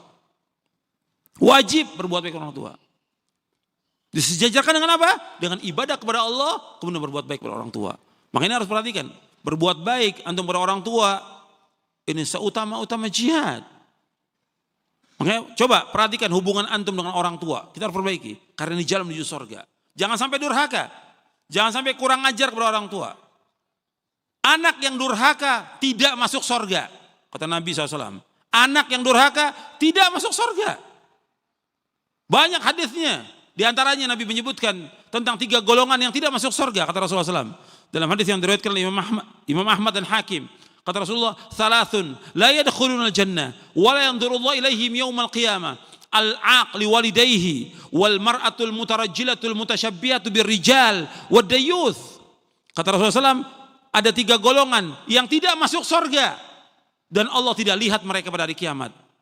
Yang pertama, Nabi menyebutkan anak yang durhaka pada orang tuanya. Pertama kali yang tidak masuk surga, anak yang durhaka pada orang tuanya. Yang kedua, perempuan yang berpakaian seperti laki-laki. Menyerupai laki-laki, seperti yang kita lihat sekarang ini. Perempuan tidak pakai jilbab yang sempurna. Dia pakai celana panjang yang ketat, pakai kaos, di atasnya pakai jilbab. Ini berpakaian tapi telanjang yang seperti ini. Menyerupai laki-laki dan dilaknat oleh Allah dan Rasulnya. Yang ketiga, dayuth. Dayuth dijelaskan dalam riwayat Imam Ahmad, alladzi yuqirru fi ahli al-khubth. Itu kepala rumah tangga yang membiarkan kejelekan dalam rumah tangganya. Kepala rumah tangga yang membiarkan kejelekan. Anaknya enggak sholat dibiarkan, anaknya pacaran dibiarkan, anaknya berdua dengan laki-laki di bawah laki-laki dibiarkan. The youth yang seperti ini. The youth tidak masuk surga. Dan hadis ini sahih. Disahihkan oleh Syekh Albani di dalam Sahih Jami' Shaghir dan juga dalam kitabnya Jilbab Mar'atil Muslimah. Jadi jihad, kita kembali bahwa jihad termasuk adalah amal yang utama dengan dasar hadis Nabi SAW. Kemudian jihad juga termasuk apa? Termasuk puncaknya dari agama Islam ini. Sebagaimana sabda Rasulullah SAW, Ra'sul amri al-islamu wa amudu as-salatu wa dhirwatu sanami al-jihadu fisabilillah. Jadi kata Rasulullah SAW bahwa puncaknya urusan dari Islam ini adalah jihad. Tiangnya adalah salat. Ra'sul amri adalah Islam. Pokok urusan adalah Islam. Afwan, saya keliru. Tiangnya adalah salat dan puncaknya jihad. Jadi pokok semua urusan itu Islam. Maksudnya yang pertama kali syahadat. Syahadat. Kembalikan, yang kedua, kembalikan semua urusan ke dalam Islam ini. Wa amudu, tiangnya adalah salat. Yang ketiga, wa dhirwatu sanami al-jihad fisabilillah. Puncaknya dari agama Islam al-jihad fisabilillah. Makanya setelah rukun Islam yang paling utama adalah jihad. Setelah rukun Islam. Makanya ketika Abdullah bin Umar perawi hadis tentang bunyal Islamu ala khamsin, dibangun Islam dari 9 perkara ini, itu rukun Islam. Ketika Ibnu Umar ditanya tentang jihad, Ibnu Umar juga mengatakan inna afdalal amal ba'da salati al jihadu fi sabilillah. Sesungguhnya seutama-utama amal sesudah salat yang wajib, jihad di jalan Allah. Seutama amal. Sesudah salat yang wajib, jihad fi sabilillah. Maka orang-orang yang berjihad di jalan Allah itu keutamaannya sangat besar. Makanya para ulama salaf, mereka berjihad, berjuang melawan orang-orang kafir di medan perang. Tapi yang perlu diingat, ikhwan fillah, antum lihat ya, mereka berjihad melawan orang kafir, mereka juga nuntut ilmu. Mereka jihad melawan orang kafir, mereka juga nuntut ilmu. Semuanya. Abdullah ibn Mubarak, orang alim atau tidak? Alim kabir. Dari tabi'in al-Mubarak. Juga punya kitab jihad, punya kitab zuhud, dia punya kitab jihad. Perang lawan musuh, tapi nuntut ilmu tetap jalan. Ngajar dakwah tetap jalan, jihad melawan orang kafir tetap jalan. Syekhul Islam Ibnu Taimiyah, ini saya sebutkan cuma satu dari puluhan orang. Syekhul Islam, ini di abad kedua, Syekhul Islam di abad ke-6 dan ke-7. Ya, Syekhul Islam ikut dalam perang atau tidak? Perang, Syekhul Islam. Perang, bawa senjata perang. Tapi tetap juga beliau nuntut ilmu. Beliau juga mengajar, beliau juga berdakwah, beliau juga berfatwa. Tetap jalan. Dan beliau tahu tentang waqi' yang ada pada saat itu. Nggak ditinggalkan nuntut ilmu. Kalau sekarang kita lihat ya, teriak jihad, mana ngadir pengajian? Mana nuntut ilmu? Jihad tetap semuanya jalan. Mengamalkan Islam semuanya jalan. Ini yang dicontohkan oleh para ulama salaf seperti itu. Jadi antum perhatikan tentang masalah jihad ini. Makanya ketika kita bicara soal hukum jihad dibahas oleh para ulama, antum lihat di bab yang keempat tentang hukum jihad. Allah berfirman dalam surah Al-Baqarah di ayat 214. Allah berfirman, "Kutiba alaikumul qital wa huwa kurhul lakum. Wa asa an takrahu syai'an wa huwa khairul lakum wa asa an tuhibbu syai'an wa huwa syarrul lakum wallahu ya'lamu wa antum la ta'lamun." Diwajibkan atas kamu berperang, padahal itu tidak menyenangkan bagi kamu. Tetapi boleh jadi kamu tidak menyenangi sesuatu, padahal itu baik bagi kamu. Dan boleh jadi kamu menyukai sesuatu, padahal itu tidak baik bagi kamu. Allah mengetahui, sedangkan kamu tidak mengetahui. Surah Al-Baqarah ayat 216 ya. Surah Al-Baqarah 216. Ya, Allah menyebutkan dalam ayat ini, kutiba alaikumul qital wa huwa kurhul lakum. Kutiba artinya furidha, diwajibkan atas kamu berperang, wa huwa kurhul lakum. Kamu enggak suka. Diwajibkan berperang, kamu enggak suka kata Allah. Kemudian Allah berfirman lagi, wa asa an takrahu syai'an wa huwa khairul lakum. Barangkali kamu tidak suka kepada sesuatu, itu lebih baik bagi kamu. Wa asa an tuhibbu syai'an wa huwa syarrul lakum. Barangkali kamu mencintai sesuatu dan itu jelek buat kamu. Wallahu ya'lamu wa antum la ta'lamun. Allah mengetahui, kamu tidak tahu. Jihad enggak disukai. Tapi ini baik. Dengan jihad itu, pertama orang itu mati syahid. Surga. Atau dia menang, manfaat buat kaum muslimin. Dan yang lainnya, keutamaan jihad banyak puluhan. Saya sebutkan di buku ini puluhan keutamaan jihad. Jadi kita nggak suka, tapi itu baik buat kamu. Kemudian kamu mencintai sesuatu, itu jelek buat kamu. Kalau kamu tetap ingin hidup cinta kepada dunia, jelek buat kamu. Bagus jihad fisabilillah. Dengan mati syahid, itu pahalanya terus mengalir sampai hari kiamat. Puluhan keutamaan.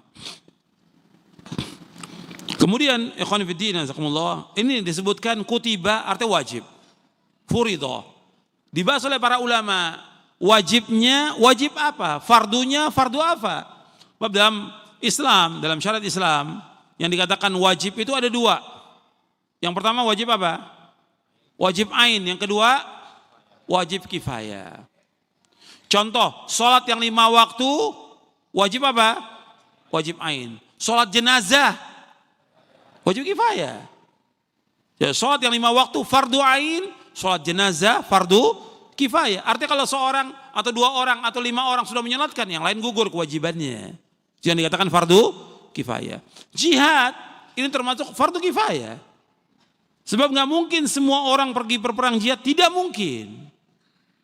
Mesti sebagian perang, sebagian tidak. Kalau dikatakan fardu ain, semuanya harus berangkat jihad.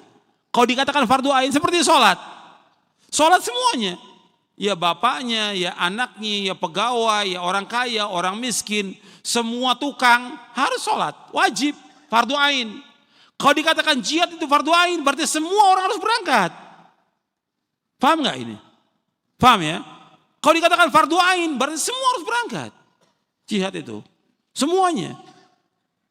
Maka dikatakan oleh para ulama fardu kifayah dengan dasar dalil dari Al-Quran. Dalil, bukan ra'yu. Fardu kifayah, sepakat seluruh imam. Imam Hanafi, Maliki, Syafi'i, Hambali, Zahir, dan yang lain semuanya sepakat bahwa jihad adalah fardu kifayah. Dengan dasar dalil Al-Quran dan juga sunnah. Seperti Allah menyebutkan dalam surah An-Nisa ayat 95-96. Saya bawakan awalnya aja. Allah menyebutkan la yastawil qa'iduna minal mu'minin ghairi ulil dharri wal mujahidin fi sabilillah bi amwalihim wa anfusihim. Faddalallahu al-mujahidin bi amwalihim wa anfusihim al-qa'idin daraja wa kullan wa'adallahu husna wa faddalallahu al-mujahidin al-qa'idin ajran 'azima. Tidak sama orang yang beriman yang duduk tidak turut berperang tanpa mempunyai uzur dengan orang yang berjihad di jalan Allah dengan harta dan jiwanya. Artinya orang yang tidak berjihad bukan karena halangan, dia nggak ada halangan, sehat, afiat, masih muda, dia nggak berjihad. Dengan orang yang berjihad, kata Allah nggak sama tentang pahalanya. Allah menyebutkan dalam Al-Quran ini, Allah nggak mencela mereka, tapi Allah menyebutkan tidak sama. Artinya yang ini mempunyai keutamaan. Allah utamakan orang yang berjihad dengan harta dari diri mereka atas orang-orang yang tidak apa? Tidak berjihad. Dan semuanya Allah berikan apa? Kebaikan. Wa kullan wa'adallahul husna. Kepada mereka masing-masing Allah janjikan pahala yang baik, itu surga. Tapi Allah melebihkan orang yang berjihad atas orang-orang yang tidak berjihad dengan ganjaran yang sangat besar. Ini satu ayat. Ayat yang kedua. Dalam surah At-Taubah ayat 122. Allah berfirman, "Wa ma kana al-mu'minuna liyanfiru وَمَا كَانَ الْمُؤْمِنُونَ لِيَنْفِرُوا كَافَّةً فَلَوْلَا نَفَرَ مِنْ كُلِّ فِرْقَةٍ مِنْهُمْ طَائِفَةٌ لِيَتَفَقَّهُوا فِي الدِّينِ وَلِيُنْذِرُوا قَوْمَهُمْ إِذَا رَجَعُوا إِلَيْهِمْ لَعَلَّهُمْ يَحْذَرُونَ. Dan tidak sepatutnya, tidak sepantasnya orang-orang mukmin semuanya pergi ke medan perang. Mengapa sebagian dari setiap golongan di antara mereka tidak pergi untuk memperdalam ilmu agama dan untuk memberi peringatan kepada kaumnya apabila mereka telah kembali agar mereka dapat menjaga dirinya. Allah menyebutkan dalam ayat ini, tidak pantas, tidak patut, tidak layak bagi kaum mukminin pergi semuanya ke medan perang. Enggak pantas, kata Allah. Tidak patut. Mestinya sebagian berangkat perang melawan orang kafir, sebagian menuntut ilmu agama. Karena apa? Nuntut ilmu agama ini penting. Ini pokok. Karena apa? Karena menuntut ilmu agama, kita akan tahu tentang Islam. Kita akan bisa melaksanakan syariat Islam. Dengan ilmu agama ini kita akan bisa mendidik anak-anak kita, keluarga kita, dan kaum muslimin. Manfaatnya sangat besar. Makanya nggak boleh berangkat semuanya, harus ada sebagian. Di sini untuk menunjukkan bahwa jihad itu fardu kifayah. Kalau fardu ain, berarti semuanya harus berangkat perang. Demikian juga di dalam hadis Nabi SAW yang sahih, yang riwayat Imam Bukhari dan Muslim, kata Nabi SAW, "Man amana billah wa bi rasulihi wa aqama as-salata wa shama Ramadan, kana haqqan 'ala Allah ayyudkhil jannah, jahada fi sabilillah aw jalasa fi ardi allati wulida fiha." Kata Nabi SAW, barang siapa yang beriman kepada Allah dan Rasulnya, mendirikan salat, puasa Ramadan, maka Allah berhak untuk masukkan dia ke dalam surga.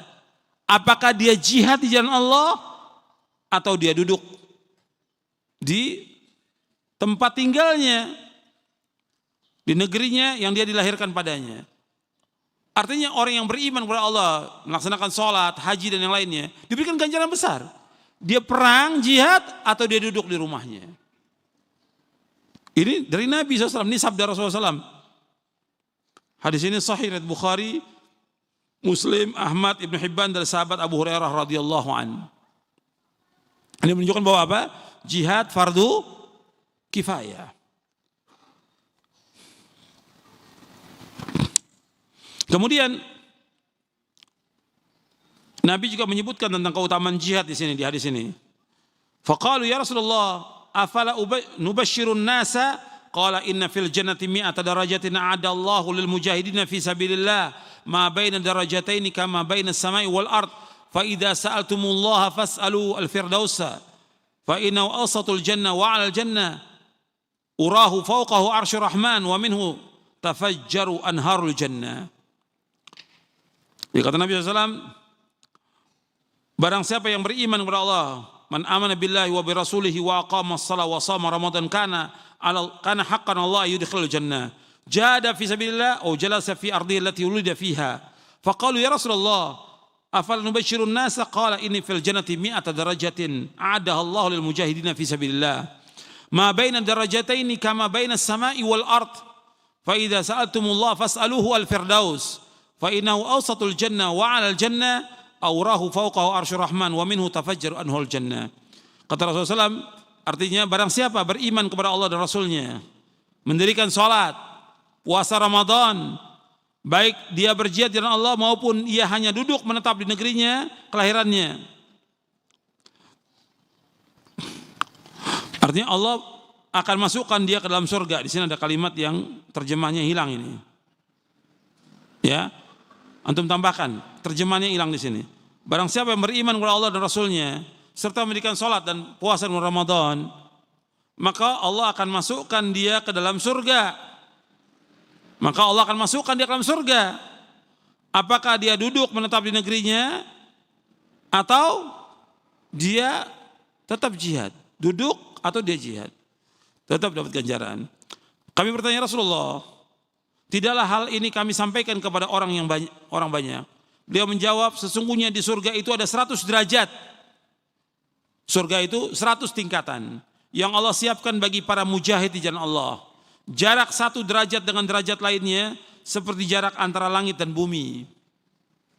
Apabila kalian meminta kepada Allah, mintalah surga Firdaus. Sesungguhnya Firdaus berada di pertengahan surga dan yang paling tinggi. Di atasnya tampak Arsyur Rahman dan darinya memancar sungai-sungai surga. Ini menunjukkan bahwa Allah itu berada di atas arsy. Ini wajib kita imani dan wajib kita yakini. Arsy, surga itu ada di atas. Surga itu ada di atas. Dan tingkatan ada 100 tingkatan. Antara satu tingkatan dengan tingkat lain itu jaraknya sejauh langit dan bumi. Bagaimana jaraknya langit dan bumi ini? Begitu juga antara satu surga dengan surga lainnya, 100 derajat. Yang Allah sediakan bagi siapa? Bagi orang-orang yang berjihad di jalan Allah. Dan kita disuruh Nabi SAW, kalau minta surga itu surga Firdaus. Ya Allah, masukkan saya ke dalam surga Firdaus. Meskipun amal kita tidak banyak. Tidak seperti para nabi, para rasul, para sahabat, para tabi'in, para ulama. Tetap kita minta surga kepada Allah. Surga yang paling tinggi, surga Firdaus. Dan di atas surga Firdaus, yang paling tinggi ini, tingkatan yang ke-100, di atasnya adalah Arsyur Rahman. Arsy-nya Allah. Arsy Allah ini makhluk yang paling besar dari seluruh makhluk yang ada. Arsy Allah itulah makhluk yang paling besar. Ini wajib kita imani dan wajib kita yakini. Arsy ini. Maka Allah menyebutkan tentang arsy-nya Allah. Yang pertama Allah sebutkan dalam Al-Quran, Arsyun Azim. Arsy yang sangat besar. Yang kedua, Arsyun Karim. Yang pertama dalam surah At-Taubah, yang kedua dalam surah Al-Mu'minun. Allah sebutkan dengan yang pertama arsyun azim, yang kedua arsyun karim. Arsy ini dipikul oleh malaikat. Arsy-nya Allah dipikul oleh malaikat. Jaraknya telinga malaikat sampai pundaknya sejauh 700 tahun. Jarak malaikat yang memikul arsy Allah antara telinganya malaikat dengan pundaknya malaikat. Kalau orang berjalan atau burung terbang dari pundak itu sampai ke telinganya malaikat 700 tahun. Itu malaikatnya. Besarnya bagaimana? Bagaimana arsy? Bagaimana Allahu Akbar? Allah yang maha besar. Dan ini nggak boleh kita samakan dengan makhluknya. Allah tidak butuh tempat. Allah nggak butuh. Tapi Allah menjelaskan dengan demikian, kita wajib mengimani. Laisa kamitslihi syai'un wa huwas samiul basir. Kemudian lagi, di antara dalil tentang jihad itu nggak wajib. Maksudnya nggak wajib. Wajib apa? Kifayah, tidak fardu kifayah. Itu dasarnya ketika ada seorang yang datang kepada Nabi SAW. Ja'a rajul lan Nabi SAW fasta'dzanahu fil jihad. Faqala ahayyun walidak? Qala na'am. Qala fa fihima fajahid. Ada seorang pemuda menemui Nabi SAW dan meminta izin untuk berjihad. Maka beliau bertanya, apakah orang tuamu masih hidup? Dijawab, iya masih. Beliau bersabda, hendaklah kepada keduanya engkau berjihad. Maksudnya berbakti kepada orang tua. Hadis ini sahih riwayat Bukhari dan Muslim. Jadi ini harus diperhatikan, orang tua didahulukan dari semuanya. Kita setelah memenuhi hak Allah, pertama dari hak manusia, hak orang tua harus kita penuhi. Dan kita harus berbuat baik kepada orang tua dengan sebaik-baiknya. Karena ini merupakan amal yang paling utama yang dapat memasukkan manusia ke dalam surga. Maka Nabi menyuruh sahabat ini untuk berbuat baik pada orang tuanya. Kemudian selanjutnya, kita masuk bab selanjutnya tentang keutamaan jihad. Tentang fase, ini sudah saya jelaskan, ada 4 fase yang Nabi di bab yang kelima. Jadi Nabi tidak perang pertama kali, yang kemudian diizinkan. Yang ketiga, fase memerangi orang-orang yang memerangi kaum muslimin dan mencegah dari mereka. Yang keempat, fase memerangi setiap orang kafir sampai mereka masuk dalam Islam. Jadi ada 4 fase, 4 marhala, 4 tingkatan, dan 4 tahapan di zaman Nabi. Dan saya sudah jelaskan tadi, Nabi bersabar itu selama 15 tahun.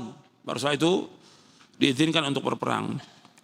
Kemudian bab yang ke-6, keutamaan jihad fisabilillah. Keutamaan jihad fisabilillah. Ini keutamaannya banyak. Saya nggak akan bacakan semuanya, hanya sedikit aja yang perlu saya bacakan. Di sini Al-Imam Ibnu Qayyim menjelaskan tentang perintah untuk berjihad. Antum lihat di halaman 70. Kata beliau begini, telah jelas ayat-ayat Al-Quran dan nas-nas hadis yang mutawatir yang memerintahkan untuk berjihad. Dan pujian bagi orang-orang yang berjihad, juga kabar gembira bagi mereka bahwa di sisi Rabb mereka terdapat berbagai macam kemuliaan dan pemberian yang berlimpah. Dan cukuplah dalil tentang jihad itu. Allah berfirman, ya ayyuhalladzina amanu hal adullukum ala tijaratin tunjikum min adzabin alim. Wahai orang beriman, maukah kamu aku tunjukkan suatu perdagangan yang dapat menyelamatkan kamu dari azab yang pedih? Di surah Shaf ayat 10.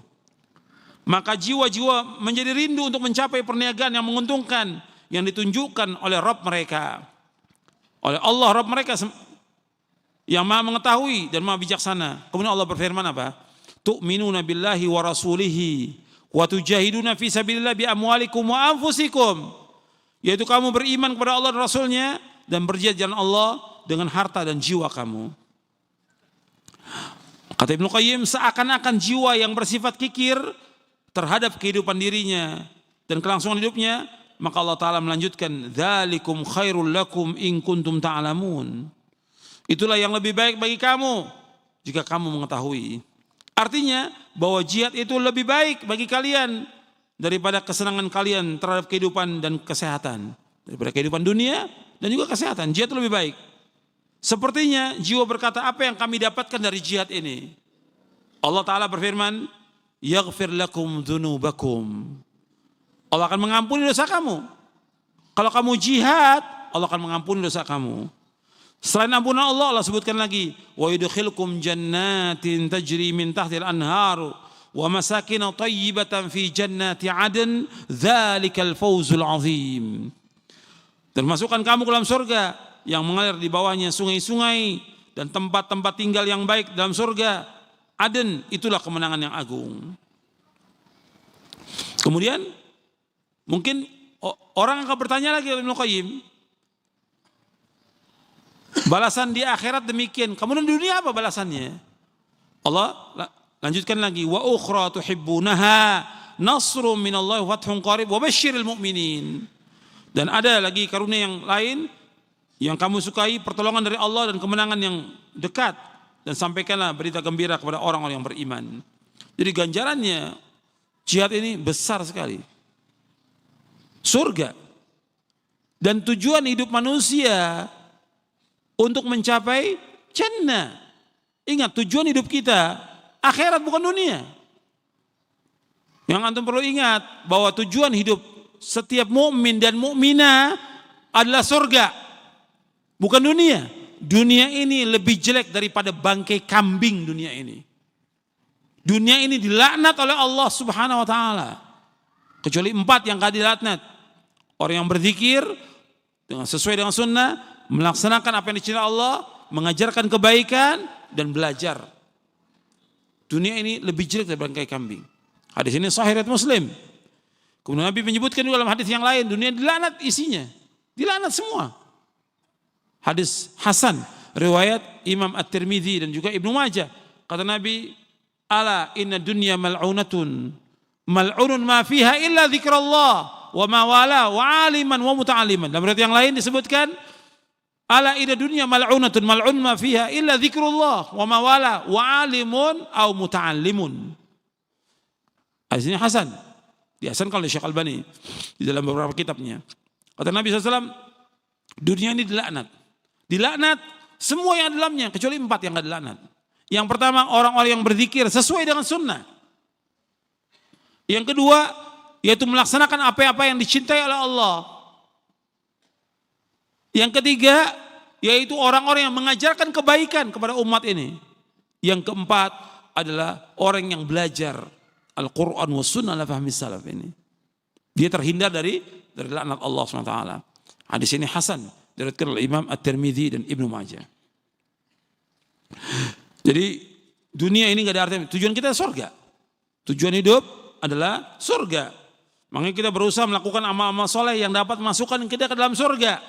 Tentunya dengan syaratnya, dengan ikhlas karena Allah dan sesuai dengan contoh Rasulullah SAW. Di samping itu juga kita berdoa dan meminta kepada Allah agar amal-amal kita diterima oleh Allah dan kita dimasukkan ke dalam surga. Jadi kita melakukan amal-amal soleh ini bukan begitu aja. Harus terpenuhi syaratnya. Ikhlas, ittiba. Sama dengan jihad juga harus ikhlas dan ittiba. Kemudian setelah itu apa? Kita minta kepada Allah agar amal-amal yang kita lakukan diterima oleh Allah. Bukan riya, bukan sum'ah, bukan didengarkan, tapi ingin amal kita diterima. Di samping itu juga kita minta lagi kepada Allah, ya Allah masukkan aku dalam surga. Dan ini yang dilakukan Rasulullah. Ini yang dilakukan Rasulullah SAW.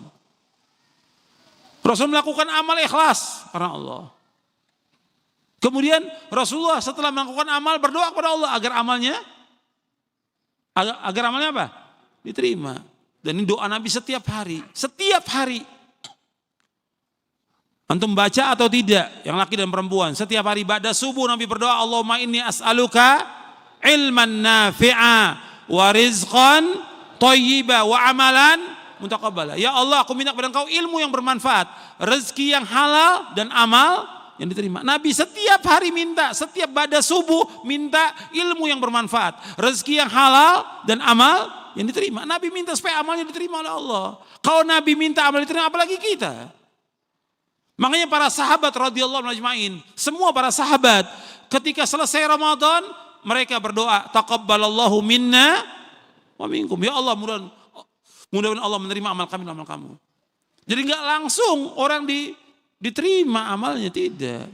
Ini kadang-kadang orang berbangga dengan amalnya. Apakah sholatnya, puasanya, sholat malamnya, zakatnya, sedekahnya, jihad. Banyak yang cerita, saya ini mantan mujahid Afghanistan. Saya ini mantan mujahid ini. Apa maunya? Manfaatnya apa dicerita pada orang? Amal nggak boleh diceritakan pada orang lain, nggak boleh dibanggakan. Banyak orang berbangga dengan amalnya, ujub dengan amalnya, nggak diterima dan termasuk muhlikat. Kalau dia berjihad, alhamdulillah. Tapi untuk dibanggakan sampai ditulis saya pernah berjihad, saya berjuang, belum tentu amalnya diterima oleh Allah, belum tentu diterima. Kenapa diceritakan pada orang lain? Apa dia harus bangga? Kamu belum berjihad, saya udah berjihad. Na'udzubillah. Gak ada para sahabat demikian, tidak ada. Dan gak ada pada kehidupan ulama salaf seperti itu. Membanggakan, saya udah jihad, saya udah datang ke Suriah. Saya sudah datang ke kemana? Ke Afghanistan, saya datang ke Mesir, saya datang ke Irak. Apa yang manfaat dari itu? Apa yang dibanggakan? Kewajiban kita untuk membantu wajib. Menolong kaum muslimin wajib. Gitu. Tapi membanggakan tentang amal dia di hadapan orang lain. Apa maksudnya? Para sahabat nggak ada seperti itu, para ulama nggak ada. Mereka sembunyikan amalnya, disembunyikan amalnya. Tapi tetap mereka terus berdoa kepada Allah agar amalnya diterima. Sekarang kebanggaan itu apa manfaatnya? Kan banyak orang bangga dengan amalnya. Dan ini nggak boleh. Ketika Nabi ditanya tentang orang yang berjihad karena riya, berjihad karena harta, berjihad karena ingin dikatakan orang pemberani, Nabi menjawab, man qatala litakuna kalimatullahi al-ulya fahuwa fi sabilillah. Barang siapa yang berjihad untuk tegaknya agama Allah, maka dia di jalan Allah. Untuk tegak agama Allah, bukan untuk bangga. Menang juga belum tentu menang, belum ada, banyak yang korban, tapi dia sudah bangga dengan jihadnya. Terutama waktu jihad Afghanistan. Sampai ditulis mantan jihad Afghanistan. Manfaatnya apa? Gak ada manfaat sama sekali. Ujub dengan dirinya. Makanya ikhwan fiddin, jihad ini utama. Kita melakukan amal soleh bukan untuk dibanggakan. Apa saja bentuknya? Apa saja bentuknya? Apakah sholat, apakah puasa, apakah haji? Haji juga sama seperti itu. Ya, orang bangga, Pak Haji sudah haji. Haji dikatakan oleh Rasul juga termasuk apa? Jihad. Bagi wanita tidak aja bagi mereka perang. Jihad dalam arti perang nggak ada. Jihad mereka apa? Jihad bagi wanita apa? Al-hajju wal umrah. Jihad bagi wanita haji dan umrah. Jihad bagi wanita haji dan umrah. Perang nggak ada bagi wanita. Itu pun nggak boleh dibanggakan. Tapi di kita Indonesia, ya kalau sudah pulang haji pakai apa? Haji. Kalau dipanggil harus pakai haji. Kalau nggak pakai, Pak Haji nggak mau nengok dia. Apa yang harus dibanggakan? Kalau udah haji sudah tutup. Doa terus siang malam, nangis kepada Allah, ya Allah benar terima haji saya. Bukan diceritakan, bukan dibanggakan, ditulis lagi seperti titel. Ini nggak dibenarkan. Haji utama, jihad juga utama. Tapi harus semuanya ikhlas karena Allah dan sesuai dengan contoh Rasulullah SAW. Kemudian juga antum lihat tentang keutamaan jihad ya. Banyak sekali geraknya mujahid selama dia berperang di jalan itu, jalan kaki, bulak-balik itu semua diganjar oleh Allah SWT. Kemudian ini disebutkan perdagangan yang paling untung. Kemudian lebih utama dari meramaikan Masjidil Haram. Jihad itu lebih utama dari meramaikan Masjidil Haram. Allah sebutkan dalam surah At-Taubah di ayat 19, di ayat 21. Kemudian juga orang yang berjihad itu ganjarannya terus menerus. Diberikan rezeki oleh Allah terus menerus. Orang yang berjihad itu. Bentuknya bagaimana? Wallahu a'lam. Tapi terus diberikan rezeki oleh Allah. Kemudian juga orang yang berjihad di jalan Allah itu akan menghilangkan kesedihan dan kesusahan. Jihad itu menghilangkan kesedihan dan kesusahan. Itu saya sebutkan di sini. Kemudian juga orang yang mati syahid itu mempunyai 6 keutamaan. Mempunyai 6 keutamaan. Antum lihat di halaman 86, 85, 86. Nabi menyebutkan lisyahidi indallahi sittu khisalin yughfaru lahu fi awwali daf'ih min damih wa yura maq'adu minal jannah wa yujaru min adzabil qabr wa ya'manu minal faza'il akbar wa yuhalla hullatal iman wa yatazawwaju minal huril 'ain wa yushaffa'u fi 70 insanan min aqaribihi. Orang yang mati syahid di sisi Allah mendapat 6 keutamaan. Yang pertama, diampunkan dosanya sejak tetesan darah yang pertama. Begitu dia maju ke medan perang, begitu dia ketusuk pertama kali darah yang tetes itu diampunkan dosanya oleh Allah. Yang kedua, dapat melihat tempatnya di sorga. Yang ketiga, dilindungi dari azab kubur. Yang keempat, diberikan rasa aman dari ketakutan yang dahsyat pada hari kiamat. Yang kelima, diberikan pakaian iman, dinikahkan dengan bidadari, dan yang keenam dapat memberikan syafaat kepada 70 orang keluarganya. Hadis ini sahih. Riwayat Tirmidzi, Ibnu Majah, Ahmad dari sahabat Miqdam bin Ba'di Kariba. Dan Imam Tirmidzi berkatakan hadis ini hasan sahih. Ini maksudnya apa? Jihad, perang melawan kaum kufar antara kaum muslimin yang dipimpin oleh ulil amr dengan kaum kafirin di medan perang. Bukan demo, ya. Bukan juga ngebom, pakai bom bunuh diri. Antum pernah mungkin baca ya kisah seorang yang ngebom di Jakarta. Orang awam, nggak pernah ngaji, dikasih semangat untuk dia jihad. Ujung-ujungnya bukan jihad, ngebom. Dia waktu mau ngebom dia tulis tentang keutamaan ini 60, dan dia memberikan syafaat 70 orang dari keluarganya, ditulis nama-namanya keluarganya, 70 orang dari keluarganya ini saya akan dapat sebelum dia ngebom. Ini kan kebodohan bahwa yang dimaksud oleh Nabi SAW adalah perang melawan orang-orang kafir, bukan demo, bukan ngebom. Bom bunuh diri bukan jihad dalam Islam. Ngerusak bukan jihad. Bukan jihad. Jihad itu melawan orang kafir di medan perang. Ketika perang antara muslimin dengan kafirin. Dan juga bukan hanya sekedar bagaimana orang kafir itu luka atau terbunuh. Bukan. Jihad ini tujuannya bagaimana supaya kalimat Allah itu yang paling tinggi. Litakuna kalimatullahi al uliya. Tujuan dari jihad itu. Bukan terbunuhnya kaum muslimin. Bukan terbunuhnya kaum kafirin. Bukan lukanya kaum kafirin. Bukan. Jadi ini kebodohan yang luar biasa kebodohannya. Yang penting ngerusak. Dari ngerusak itu apa manfaatnya? Tidak bermanfaat buat Islam. Enggak bermanfaat buat dirinya. Enggak bermanfaat buat kaum muslimin. Tidak bermanfaat sama sekali. Bahkan dengan itu jelek nama Islam. Dianggap apa oleh mereka? Teroris.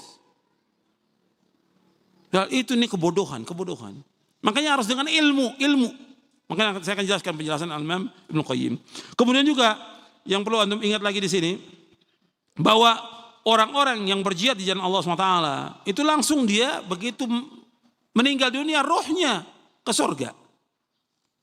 Ada di tembolok-tembolok burung yang Nabi SAW sebutkan tentang orang-orang yang berjihad ini. Kemudian juga yang perlu diingat lagi, ini penting ini, bahwa orang yang mati syahid di medan perang, ini perhatikan, semua dosanya diampuni kecuali utang. Ini untuk menunjukkan kepada kita hati-hati dalam masalah utang. Utang piutang boleh dalam Islam. Boleh. Ayat yang terpanjang dalam Al-Quran tentang utang. Dalam surah Al-Baqarah. Tapi utang harus bayar. Boleh kita muamalah dengan utang, boleh, nggak ada masalah dalam Islam. Tapi harus bayar. Kata Nabi SAW, yughfaru lisyahidi kullu dzanbin illa dain. Diampunkan semua dosa orang yang mati syahid kecuali utang. Kalau masih ada utangnya, dia belum berhak untuk masuk surga. Akan dituntut di hari kiamat nanti. Sampai dia bayarkan hutangnya. Hadis ini sahih. Nabi juga bersabda, nafsul mu'min mu'allaqatun bidaini hatta yuqda'an. Jiwa seorang mukmin tergantung dengan hutangnya sampai dibayarkan. Anda perhatikan, hadis ini sahih semuanya. Yang pertama riwayat Muslim, yang kedua riwayat Imam Ahmad.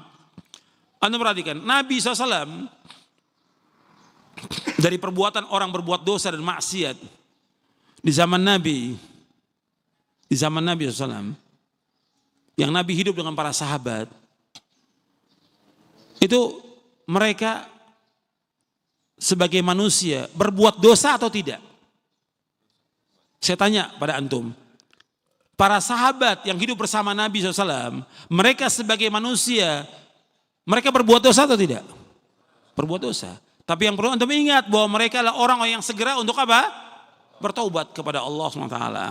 Tapi sebagai manusia mereka punya dosa. Sebagai manusia. Dari dosa-dosa yang Nabi tidak mau sholatkan, orang yang berutang. Orang yang berutang. Ketika ada jenazah, yang Nabi tanya kepada yang bawa jenazah ini, orang ini yang kamu bawa jenazahnya, ada utang atau tidak? Ditanya pertama kali utang.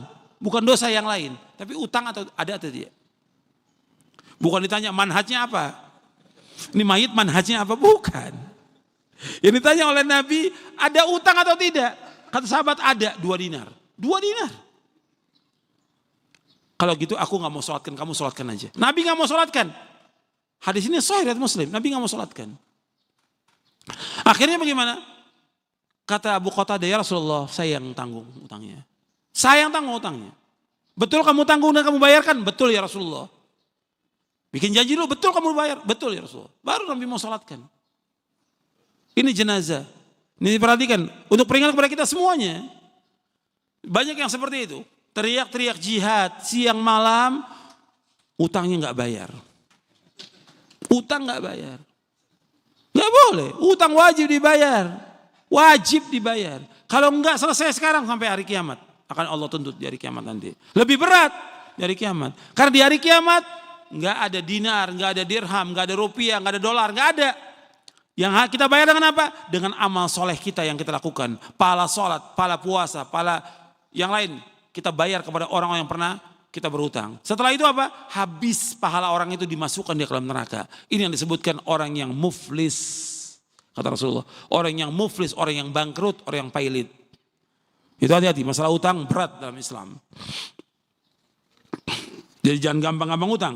Makanya saya sebutkan di buku saya itu tentang ruh seorang mukmin tergantung dengan hutangnya. Masalah utang bukan masalah kecil. Ini banyak orang melalaikan. Kemudian ikhwan fillah, azakumullah, kita lanjutkan selanjutnya tentang masalah jihad ini, yaitu berkaitan dengan tujuan disyariatkan jihad, bab yang ke-8. Bab yang ke-8. Yang ke-7 tentang orang-orang yang membantu orang yang berjihad. Ini pahalanya besar. Orang yang membantu orang yang berjihad, mendukung orang yang berjihad, memberikan harta orang yang berjihad, kemudian juga kita membantu keluarganya, suaminya berjihad, keluarganya kita bantu kehidupannya. Itu ganjarannya besar.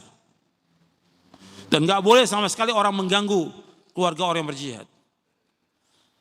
Bahkan kalau ada orang yang sampai berzina dengan istri mujahid, lebih besar dosanya daripada dia berzina dengan orang lain. Besar dosanya. Sama umumnya seorang berzina dengan perempuan lain, dia berdosa. Kalau dia berzina dengan tetangganya, itu 10 kali lipat dosanya. Lebih.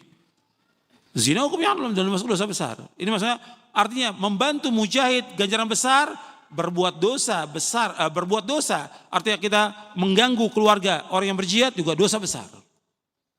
Membantu mujahid dan keluarganya pahalanya besar, tapi mengganggu mereka juga dosanya dosa besar. Makanya kita harus hati-hati. Yang ke-8, bab ke-8, tujuan disyariatkan jihad. Tujuan disyariatkan jihad. Jadi tujuan jihad ini apa? Apakah jihad ini sekedar merusak aja, atau bagaimana orang kafir ini mati, atau cacat, atau rusaknya bangunan, atau apa? Kita lihat Allah berfirman dalam surah Al-Baqarah ayat 193.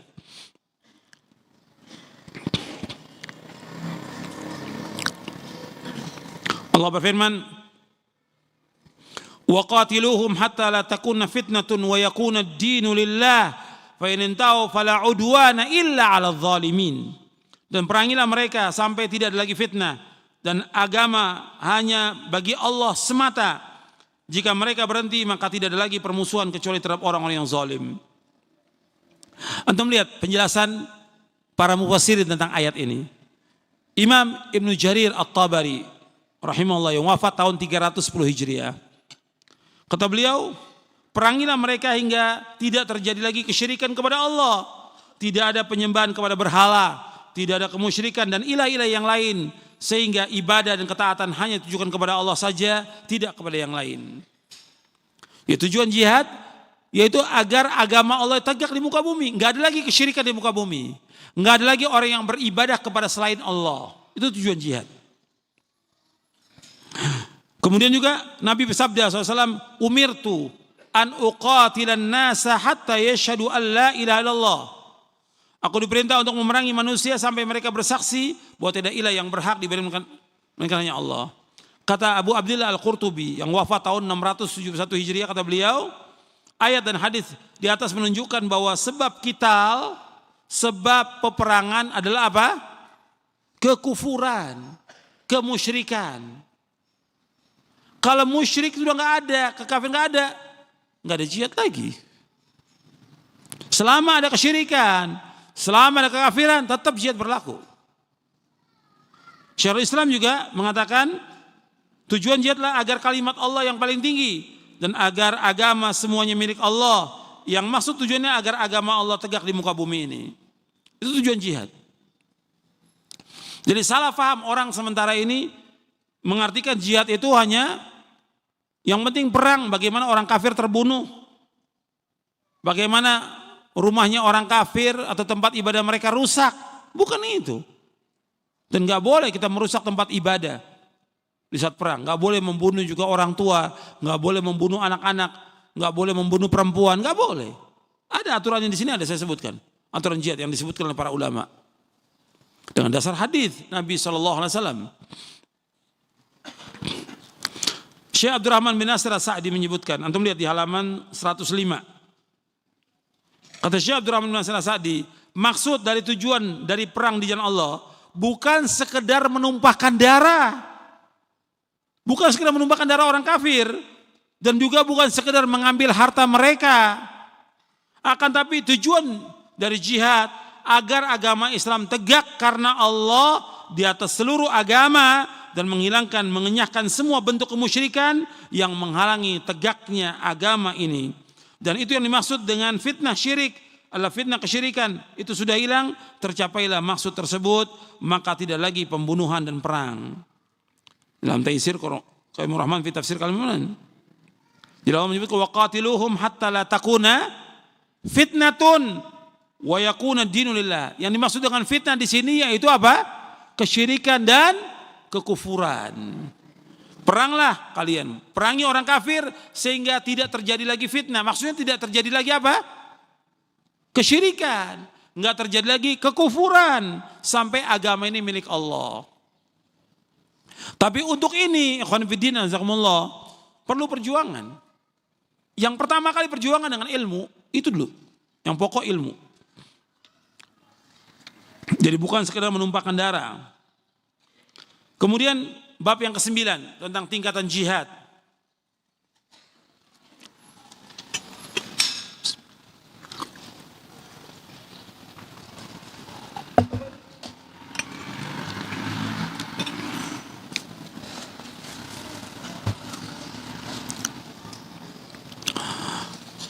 Al-Imam Ibnu Qayyim menjelaskan tentang tingkatan jihad.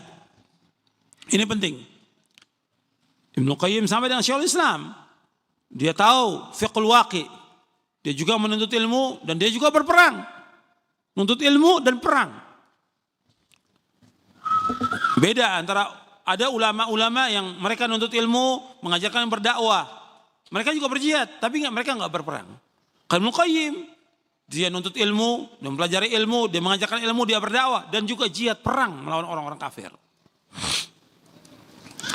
Ibnu Qayyim menjelaskan di dalam kitabnya Zadul Ma'ad fi Hadi Khairul Ibad, kata beliau begini, bahwa jihad itu memiliki 4 tingkatan. Yang pertama jihadun nafs, yang kedua jihadus syaitan, yang ketiga jihadul kuffar wal munafiqin, yang keempat jihad al-babil zulm wal bid'ah wal munkarat. Ini perhatikan, ini penting ini. Yang pertama jihadun nafas, jihad melawan hawa nafsu. Ini jihad ini melawan hawa nafsu ada 4 tingkatan. Yang pertama, jihadun nafas ini ada 4 tingkatan. Jihadun nafas, jihadul syaitan, jihadul kufar munafikin, jihad al-babil zulm. Yang pertama jihadun nafas ada 4 tingkatan. Yang pertama kata beliau, melawan hawa nafsu untuk menuntut ilmu syar'i. Melawan hawa nafsu kita untuk menuntut ilmu. Sebab kalau dilihat banyak orang yang menuntut ilmu, nggak belajar, nggak sungguh-sungguh dalam talabul ilmi. Nuntut ilmu wajib. Dan antum sudah hafal hadisnya. Talabul ilmi faridatun ala kulli muslimin. Nuntut ilmu wajib atas setiap muslim. Kalau disebutkan muslim termasuk muslimah. Ini wajib. Ini harus kita belajar melawan hawa nafsu. Betapa banyak orang-orang yang sudah diberitahu untuk menuntut ilmu, nggak nuntut ilmu dia. Yang lain dia tuntut ilmu-ilmu yang sifatnya kifayah, tapi nuntut ilmu syar'i nggak pernah dia. Ini wajib. Setiap muslim dan muslimah wajib nuntut ilmu, wajib. Dan kita harus luangkan waktu untuk nuntut ilmu. Dan ingat, setan itu berusaha menghalangi manusia untuk nuntut ilmu. Kata Imam Ibnu Jauzi dalam kitabnya Sayyidul Khatir, beda. Ibnu Qayyim al-Jauziyah dengan Ibnu Jauzi beda. Beda 2 abad. 200 tahun bedanya. Ibnu Jauzi abad ke-5, Ibnu Qayyim abad ke-7. Kata Ibnu Jauzi dalam kitabnya Sayyidul Khatir, yang pertama kali setan berusaha bagaimana menghalangi manusia dari nuntut ilmu. Dihalangi berbagai cara. Pokoknya kalau udah waktunya nuntut ilmu, jadwal nuntut ilmu, ada aja alasan.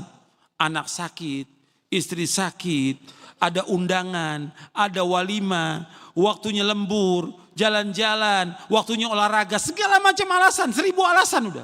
Supaya apa? Supaya nggak nuntut ilmu. Ini setan ini yang goda. Sebab kata Ibnu Jauzi, kalau orang sudah dihalangi oleh setan nuntut ilmu, maka dia akan terus dalam kejelekan, dalam kejahatan, dalam kerusakan, dalam keburukan. Dia akan berbuat apa saja kalau orang nggak berilmu itu. Makanya kita pertama kali perhatikan ini, ilmu wajib, dan ini jalan menuju surga. Yang kedua, dan ini antum perhatikan, nuntut ilmu jalan merupakan jalan kebahagiaan. Kebahagiaan yang hakiki Ibnu Qayyim dengan kita nuntut ilmu. Bahagia yang hakiki. Dalam kitabnya Miftah dari Sa'adah beliau sebutkan. Yang kedua, jihad mengamalkan ilmu. Mengamalkan ilmu juga perlu perjuangan. Antum beramal, mengamalkan sunnah ini, ada sebagian mudah. Tapi ada sebagian orang yang baru tahu Islam ini, dia mengamalkan sunnah luar biasa beratnya. Dicaci maki oleh keluarganya, dicela oleh keluarganya, diusir oleh keluarganya. Kemudian dicaci maki oleh masyarakatnya. Ada sebagian orang dapat hidayah gampang dan mudah, melaksanakan pun mudah. Tapi ada orang yang luar biasa berjuang untuk mengamalkan sunnah, berat bagi dia. Seperti umumnya sholat berjamaah, berat bagi dia. Memelihara jenggot, berat bagi dia, bagi orang-orang yang baru tahu tentang apa memelihara jenggot ini. Nggak boleh dicukur, hukumnya haram dalam Islam. Berat bagi dia, tapi harus dilaksanakan oleh dia. Harus dilaksanakan. Itu dicela oleh keluarganya, dicela oleh temannya, dicela. Perjuangan, ini perlu jihad untuk mengamalkan sunnah ini. Perlu jihad. Dan kita harus bandingkan, lihat orang berbuat maksiat mereka nggak takut, kenapa kita takut mengamalkan sunnah? Orang berbuat maksiat di depan kita nggak takut mereka, nggak takut orang mencela. Tapi kenapa kita mengamalkan sunnah takut? Orang rambutnya gondrong nggak takut dicela. Kalau kita depan ini yang sesuai dengan sunnah panjang takut. Orang laki-laki pakai anting nggak takut dicela. Antum lihat di mana? Di bis-bis ada di lampu merah pakai anting minta-minta, nggak malu dia, sampai wajahnya dicet, nggak malu dia. Kalau kita yang sesuai dengan sunnah memelihara jenggot takut, malu. Coba antum gambarkan, mereka maksiat kepada Allah nggak takut, kalau kita melaksanakan sunnah takut. Kenapa? Makanya iman, antum harus iman lebih dahulu. Al-iman billah wa rasulih, kata Rasulullah. Iman kepada Allah Rasulnya. Pertama kali iman pertama kali. Sebelum jihad iman dulu, iman, kata Rasulullah. Yang mendorong kita melaksanakan semua syarat ini adalah iman dalam hati kita, iman kepada Allah. Kalau sudah iman, kita gak peduli dengan semua orang. Jalankan yang hak ini. Orang mau celak atau tidak celak, jalan yang hak ini. Wala yakhafuna laumata laim. Enggak takut orang yang mencela. Iman, harus iman. Kalau enggak iman nanti timbulnya juga melaksanakan sunnah. Ya, karena takut, karena riya, karena ujub, karena yang lain. Iman, dasarnya iman kepada Allah. Ini perhatikan, ini penting ini. Masalah yang seperti ini. Makanya yang kedua, amalkan. Perlu perjuangan amal ini. Yang ketiga, dakwah. Dakwah. Kalau kita sudah tahu, dakwah. Dakwah pertama kepada siapa? Istri dulu. Anak. Sanak famili, baru orang lain. Kadang-kadang ada orang yang sibuk dengan orang lain, istri anaknya enggak diurus. Coba antum lihat ya. Ya, ada orang tua yang sering ke masjid. Antum bisa lihat, karena yang rajin ke masjid banyak orang-orang tua. Alhamdulillah sekarang dengan dakwah yang hak ini, banyak anak muda ke masjid. Ini barokahnya dakwah salaf.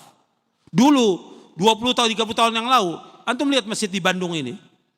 Atau di Jakarta tempat lain, sepi masjid. Yang hadir siapa? Orang-orang tua.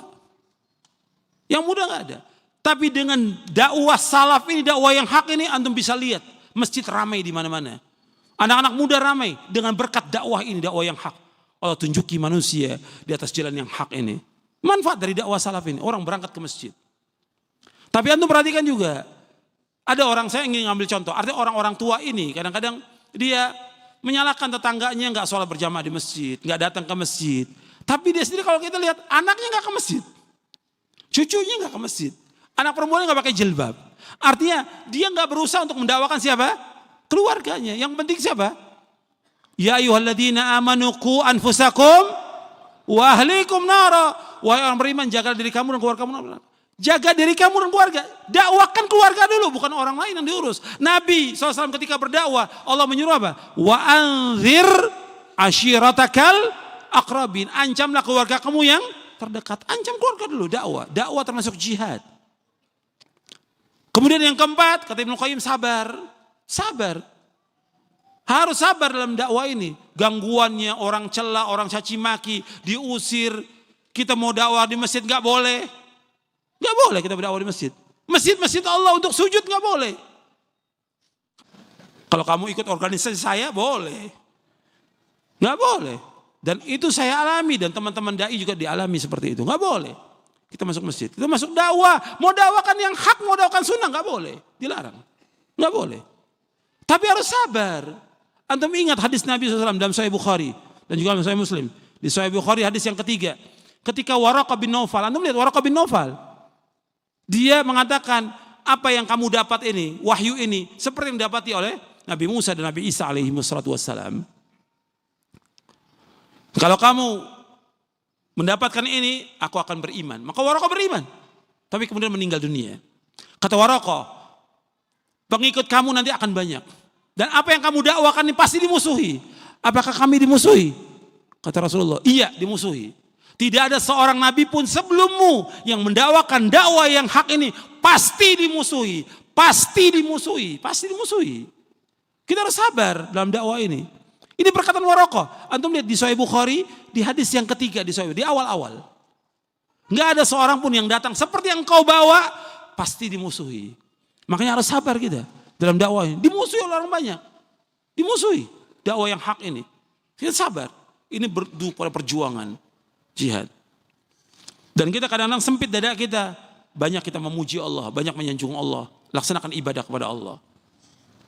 Kemudian, kata Ibnu Qayyim, kalau orang melaksanakan 4 tingkatan ini, dia termasuk orang-orang yang Rabbani. Dan para salafus saleh sepakat bahwa seorang tidak disebut sebagai seorang yang Rabbani sampai ia dapat mengetahui kebenaran, mengamalkannya, mengajarkannya. Oleh karena itu orang yang berilmu, yang mengamalkan, mengajarkan, maka ia disanjung di sisi malaikat. Yang kedua, jihad melawan syaitan. Yang 2 tingkatan. Jihad membentengi diri dari syubhat yang merusak iman. Yang kedua, jihad membentengi dari serangan syahwat. Ini juga perlu jihad ini. Karena setiap hari hati manusia didatangi oleh syubhat dan syahwat. Syubhat yaitu tentang pemikiran, pemahaman, aliran sesat yang masuk menggoda kita. Yang kedua, syahwat, kecintaan kepada dunia, wanita, anak, harta, kendaraan, jabatan dan segala macam. Ini syahwat. Ini terus memasuki hati manusia. Makanya harus kita lawan. Banyak orang-orang yang kena, bukan hanya penuntut ilmu, dai-dai kena fitnah syahwat dan syubhat ini. Hatta syekh bisa kena, syekh, hatta ulama bisa kena. Bukan mustahil. Syubhat dan syahwat. Makanya perlu perjuangan dan mohon kepada Allah agar kita diberikan kekuatan untuk melawannya. Kemudian yang ketiga, jihad kuffar dan munafikin. Jihad melawan orang kafir dan orang-orang munafik. Yang tadi sudah saya jelaskan. Ya, dengan hati, dengan lisan, dengan harta, dan dengan jiwa. Tapi untuk orang munafikin, jihadnya dengan apa? Dengan hujjah dan bayan. Kemudian yang keempat, jihad melawan arbabu zulm wal bid'ah wal munkarat. Jihad melawan tokoh-tokoh yang zalim, pelaku bid'ah dan kemungkaran. Ini dengan tangan. Apabila sanggup, tidak sanggup dengan lisan, enggak sanggup dengan hati. Ini jihad. Kita melawan tokoh-tokoh orang-orang yang zalim. Sekarang kalau yang zalimnya pemerintah, disuruh kita sabar. Kita nasihati dia. Makanya kata Nabi SAW, ketika kita datang kepada penguasa yang zalim, kita nasihati dengan cara yang baik. Ini termasuk afdolul jihad. Kata Rasulullah, afdolul jihad kalimatu haqqin inda sultanin jair. Seutama-utama jihad menyampaikan kalimat yang benar kepada penguasa yang zalim. Menyampaikan inda, bukan di media, bukan di mimbar, bukan di buku, bukan, tapi menyampaikan langsung kepada penguasa, datang kepada dia. Sebab kalau kita datang, mungkin pemerintah nggak suka, dipenjara orang itu atau dibunuh. Maka dikatakan afdhul jihad, seutama jihad, menyampaikan kalimat yang hak kepada penguasa yang zalim. Makanya kita harus sabar menghadapi penguasa yang zalim. Nabi ingatkan sabar, sabar, bukan dengan demo, bukan menjelekkan dia di mimbar. Nggak boleh dalam Islam menjelekkan penguasa di mimbar, tidak boleh dalam Islam. Kemudian juga melawan ahlul bidah, tokoh-tokoh ahlul bidah. Ini harus terus. Kalau dulu itu ada ulama yang menulis kitab untuk pedang yang terhunus, untuk siapa? Untuk ahlul bidah. Makanya kita harus barok dengan ahlul bidah ini. Nggak boleh mendengarkan perkataan mereka, nggak boleh duduk dengan mereka. Mereka harus dikucilkan ahlul bidah karena dia merusak agama. Pokok agama ini Islam dirusak oleh ahlul bidah. Seperti siapa ahlul bidah? Syiah, Khawarij, Mu'tazilah dan yang lain. Ini merusak agama. Makanya tokoh-tokoh Syiah itu bukan disuruh ceramah, dikucilkan dia, diancam dia mestinya. Kalau zaman dulu dia pedang kepada tokoh-tokoh ahlul bidah itu. Tentunya setelah umat Islam mempunyai kekuatan dan didukung oleh siapa? Didukung oleh penguasa. Didukung oleh penguasa. Enggak dibiarkan ahlul bidah seperti sekarang dibiarkan ahlul bidah. Makanya kita harus punya sikap pada ahlul bidah, terutama Syiah ini. Merusak. Syiah ini pengkhianat, kadzab wa pengkhianat selama-lamanya. Kaum muslimin para ulama terbunuh sepanjang sejarah dengan sebab Syiah. Syiah ini di mana-mana. Sampai dia bisa bekerja sama dengan siapa? Dengan Yahudi dia bisa kerja sama, dengan orang-orang kafir, dengan hulagokan. Hulagokan kerja sama dia untuk membunuh kaum muslimin di Baghdad. Syiah ini. Syiah paling jahat ini. Makanya kita harus hati-hati kepada mereka. Ngerusak Islam dan ngerusak kaum muslimin. Semua dihalalkan oleh dia. Nggak ada Syiah itu, ini nggak boleh, ini nggak haram, nggak ada Syiah. Semuanya halal. Riba halal, zina halal. Zina halal menurut mereka. Dengan alasan apa? Nikah mut'ah. Sholat Jumat nggak wajib karena imam belum muncul. Sholat Jumat nggak wajib bagi dia. Karena apa? Imam belum muncul. Sholat berjamaah nggak wajib. Harus dengan imam. Banyak lagi yang lain. Belum lagi mereka mencaci maki para sahabat. Mereka merusak Al-Quran. Mereka merusak sunnah dan yang lainnya. Ini memang harus diperangi mereka. Syiah ini. Kemudian juga orang-orang yang berbuat kemungkaran. Tapi tentunya semua harus dengan ilmu. Harus dengan ilmu. Harus dengan kemampuan. Harus dengan lemah lembut. Harus dengan sabar kata para ulama. Nggak bisa bebas semua yang bisa melakukan. Rusak agama ini. Maka harus kita ketika melakukan itu para ulama terdahulu musyawarah dengan siapa? Dengan penguasa. Untuk memerangi ahlul bidah. Memerangi tokoh-tokoh kezaliman dan yang lainnya. Ya, saya pikir cukup karena sudah masuk waktu untuk pertanyaan. Untuk materinya saya pikir cukup, nggak mungkin semua bisa dibaca ya. Tetapi antum perhatikan di bab yang ke-10 saya jelaskan juga tentang jihad yang paling besar untuk melawan hawa nafsu. Artinya kita melawan hawa nafsu dengan apa? Dengan menuntut ilmu, dengan mengamalkan ilmu, dengan mendakwakan ilmu dan juga yang lainnya.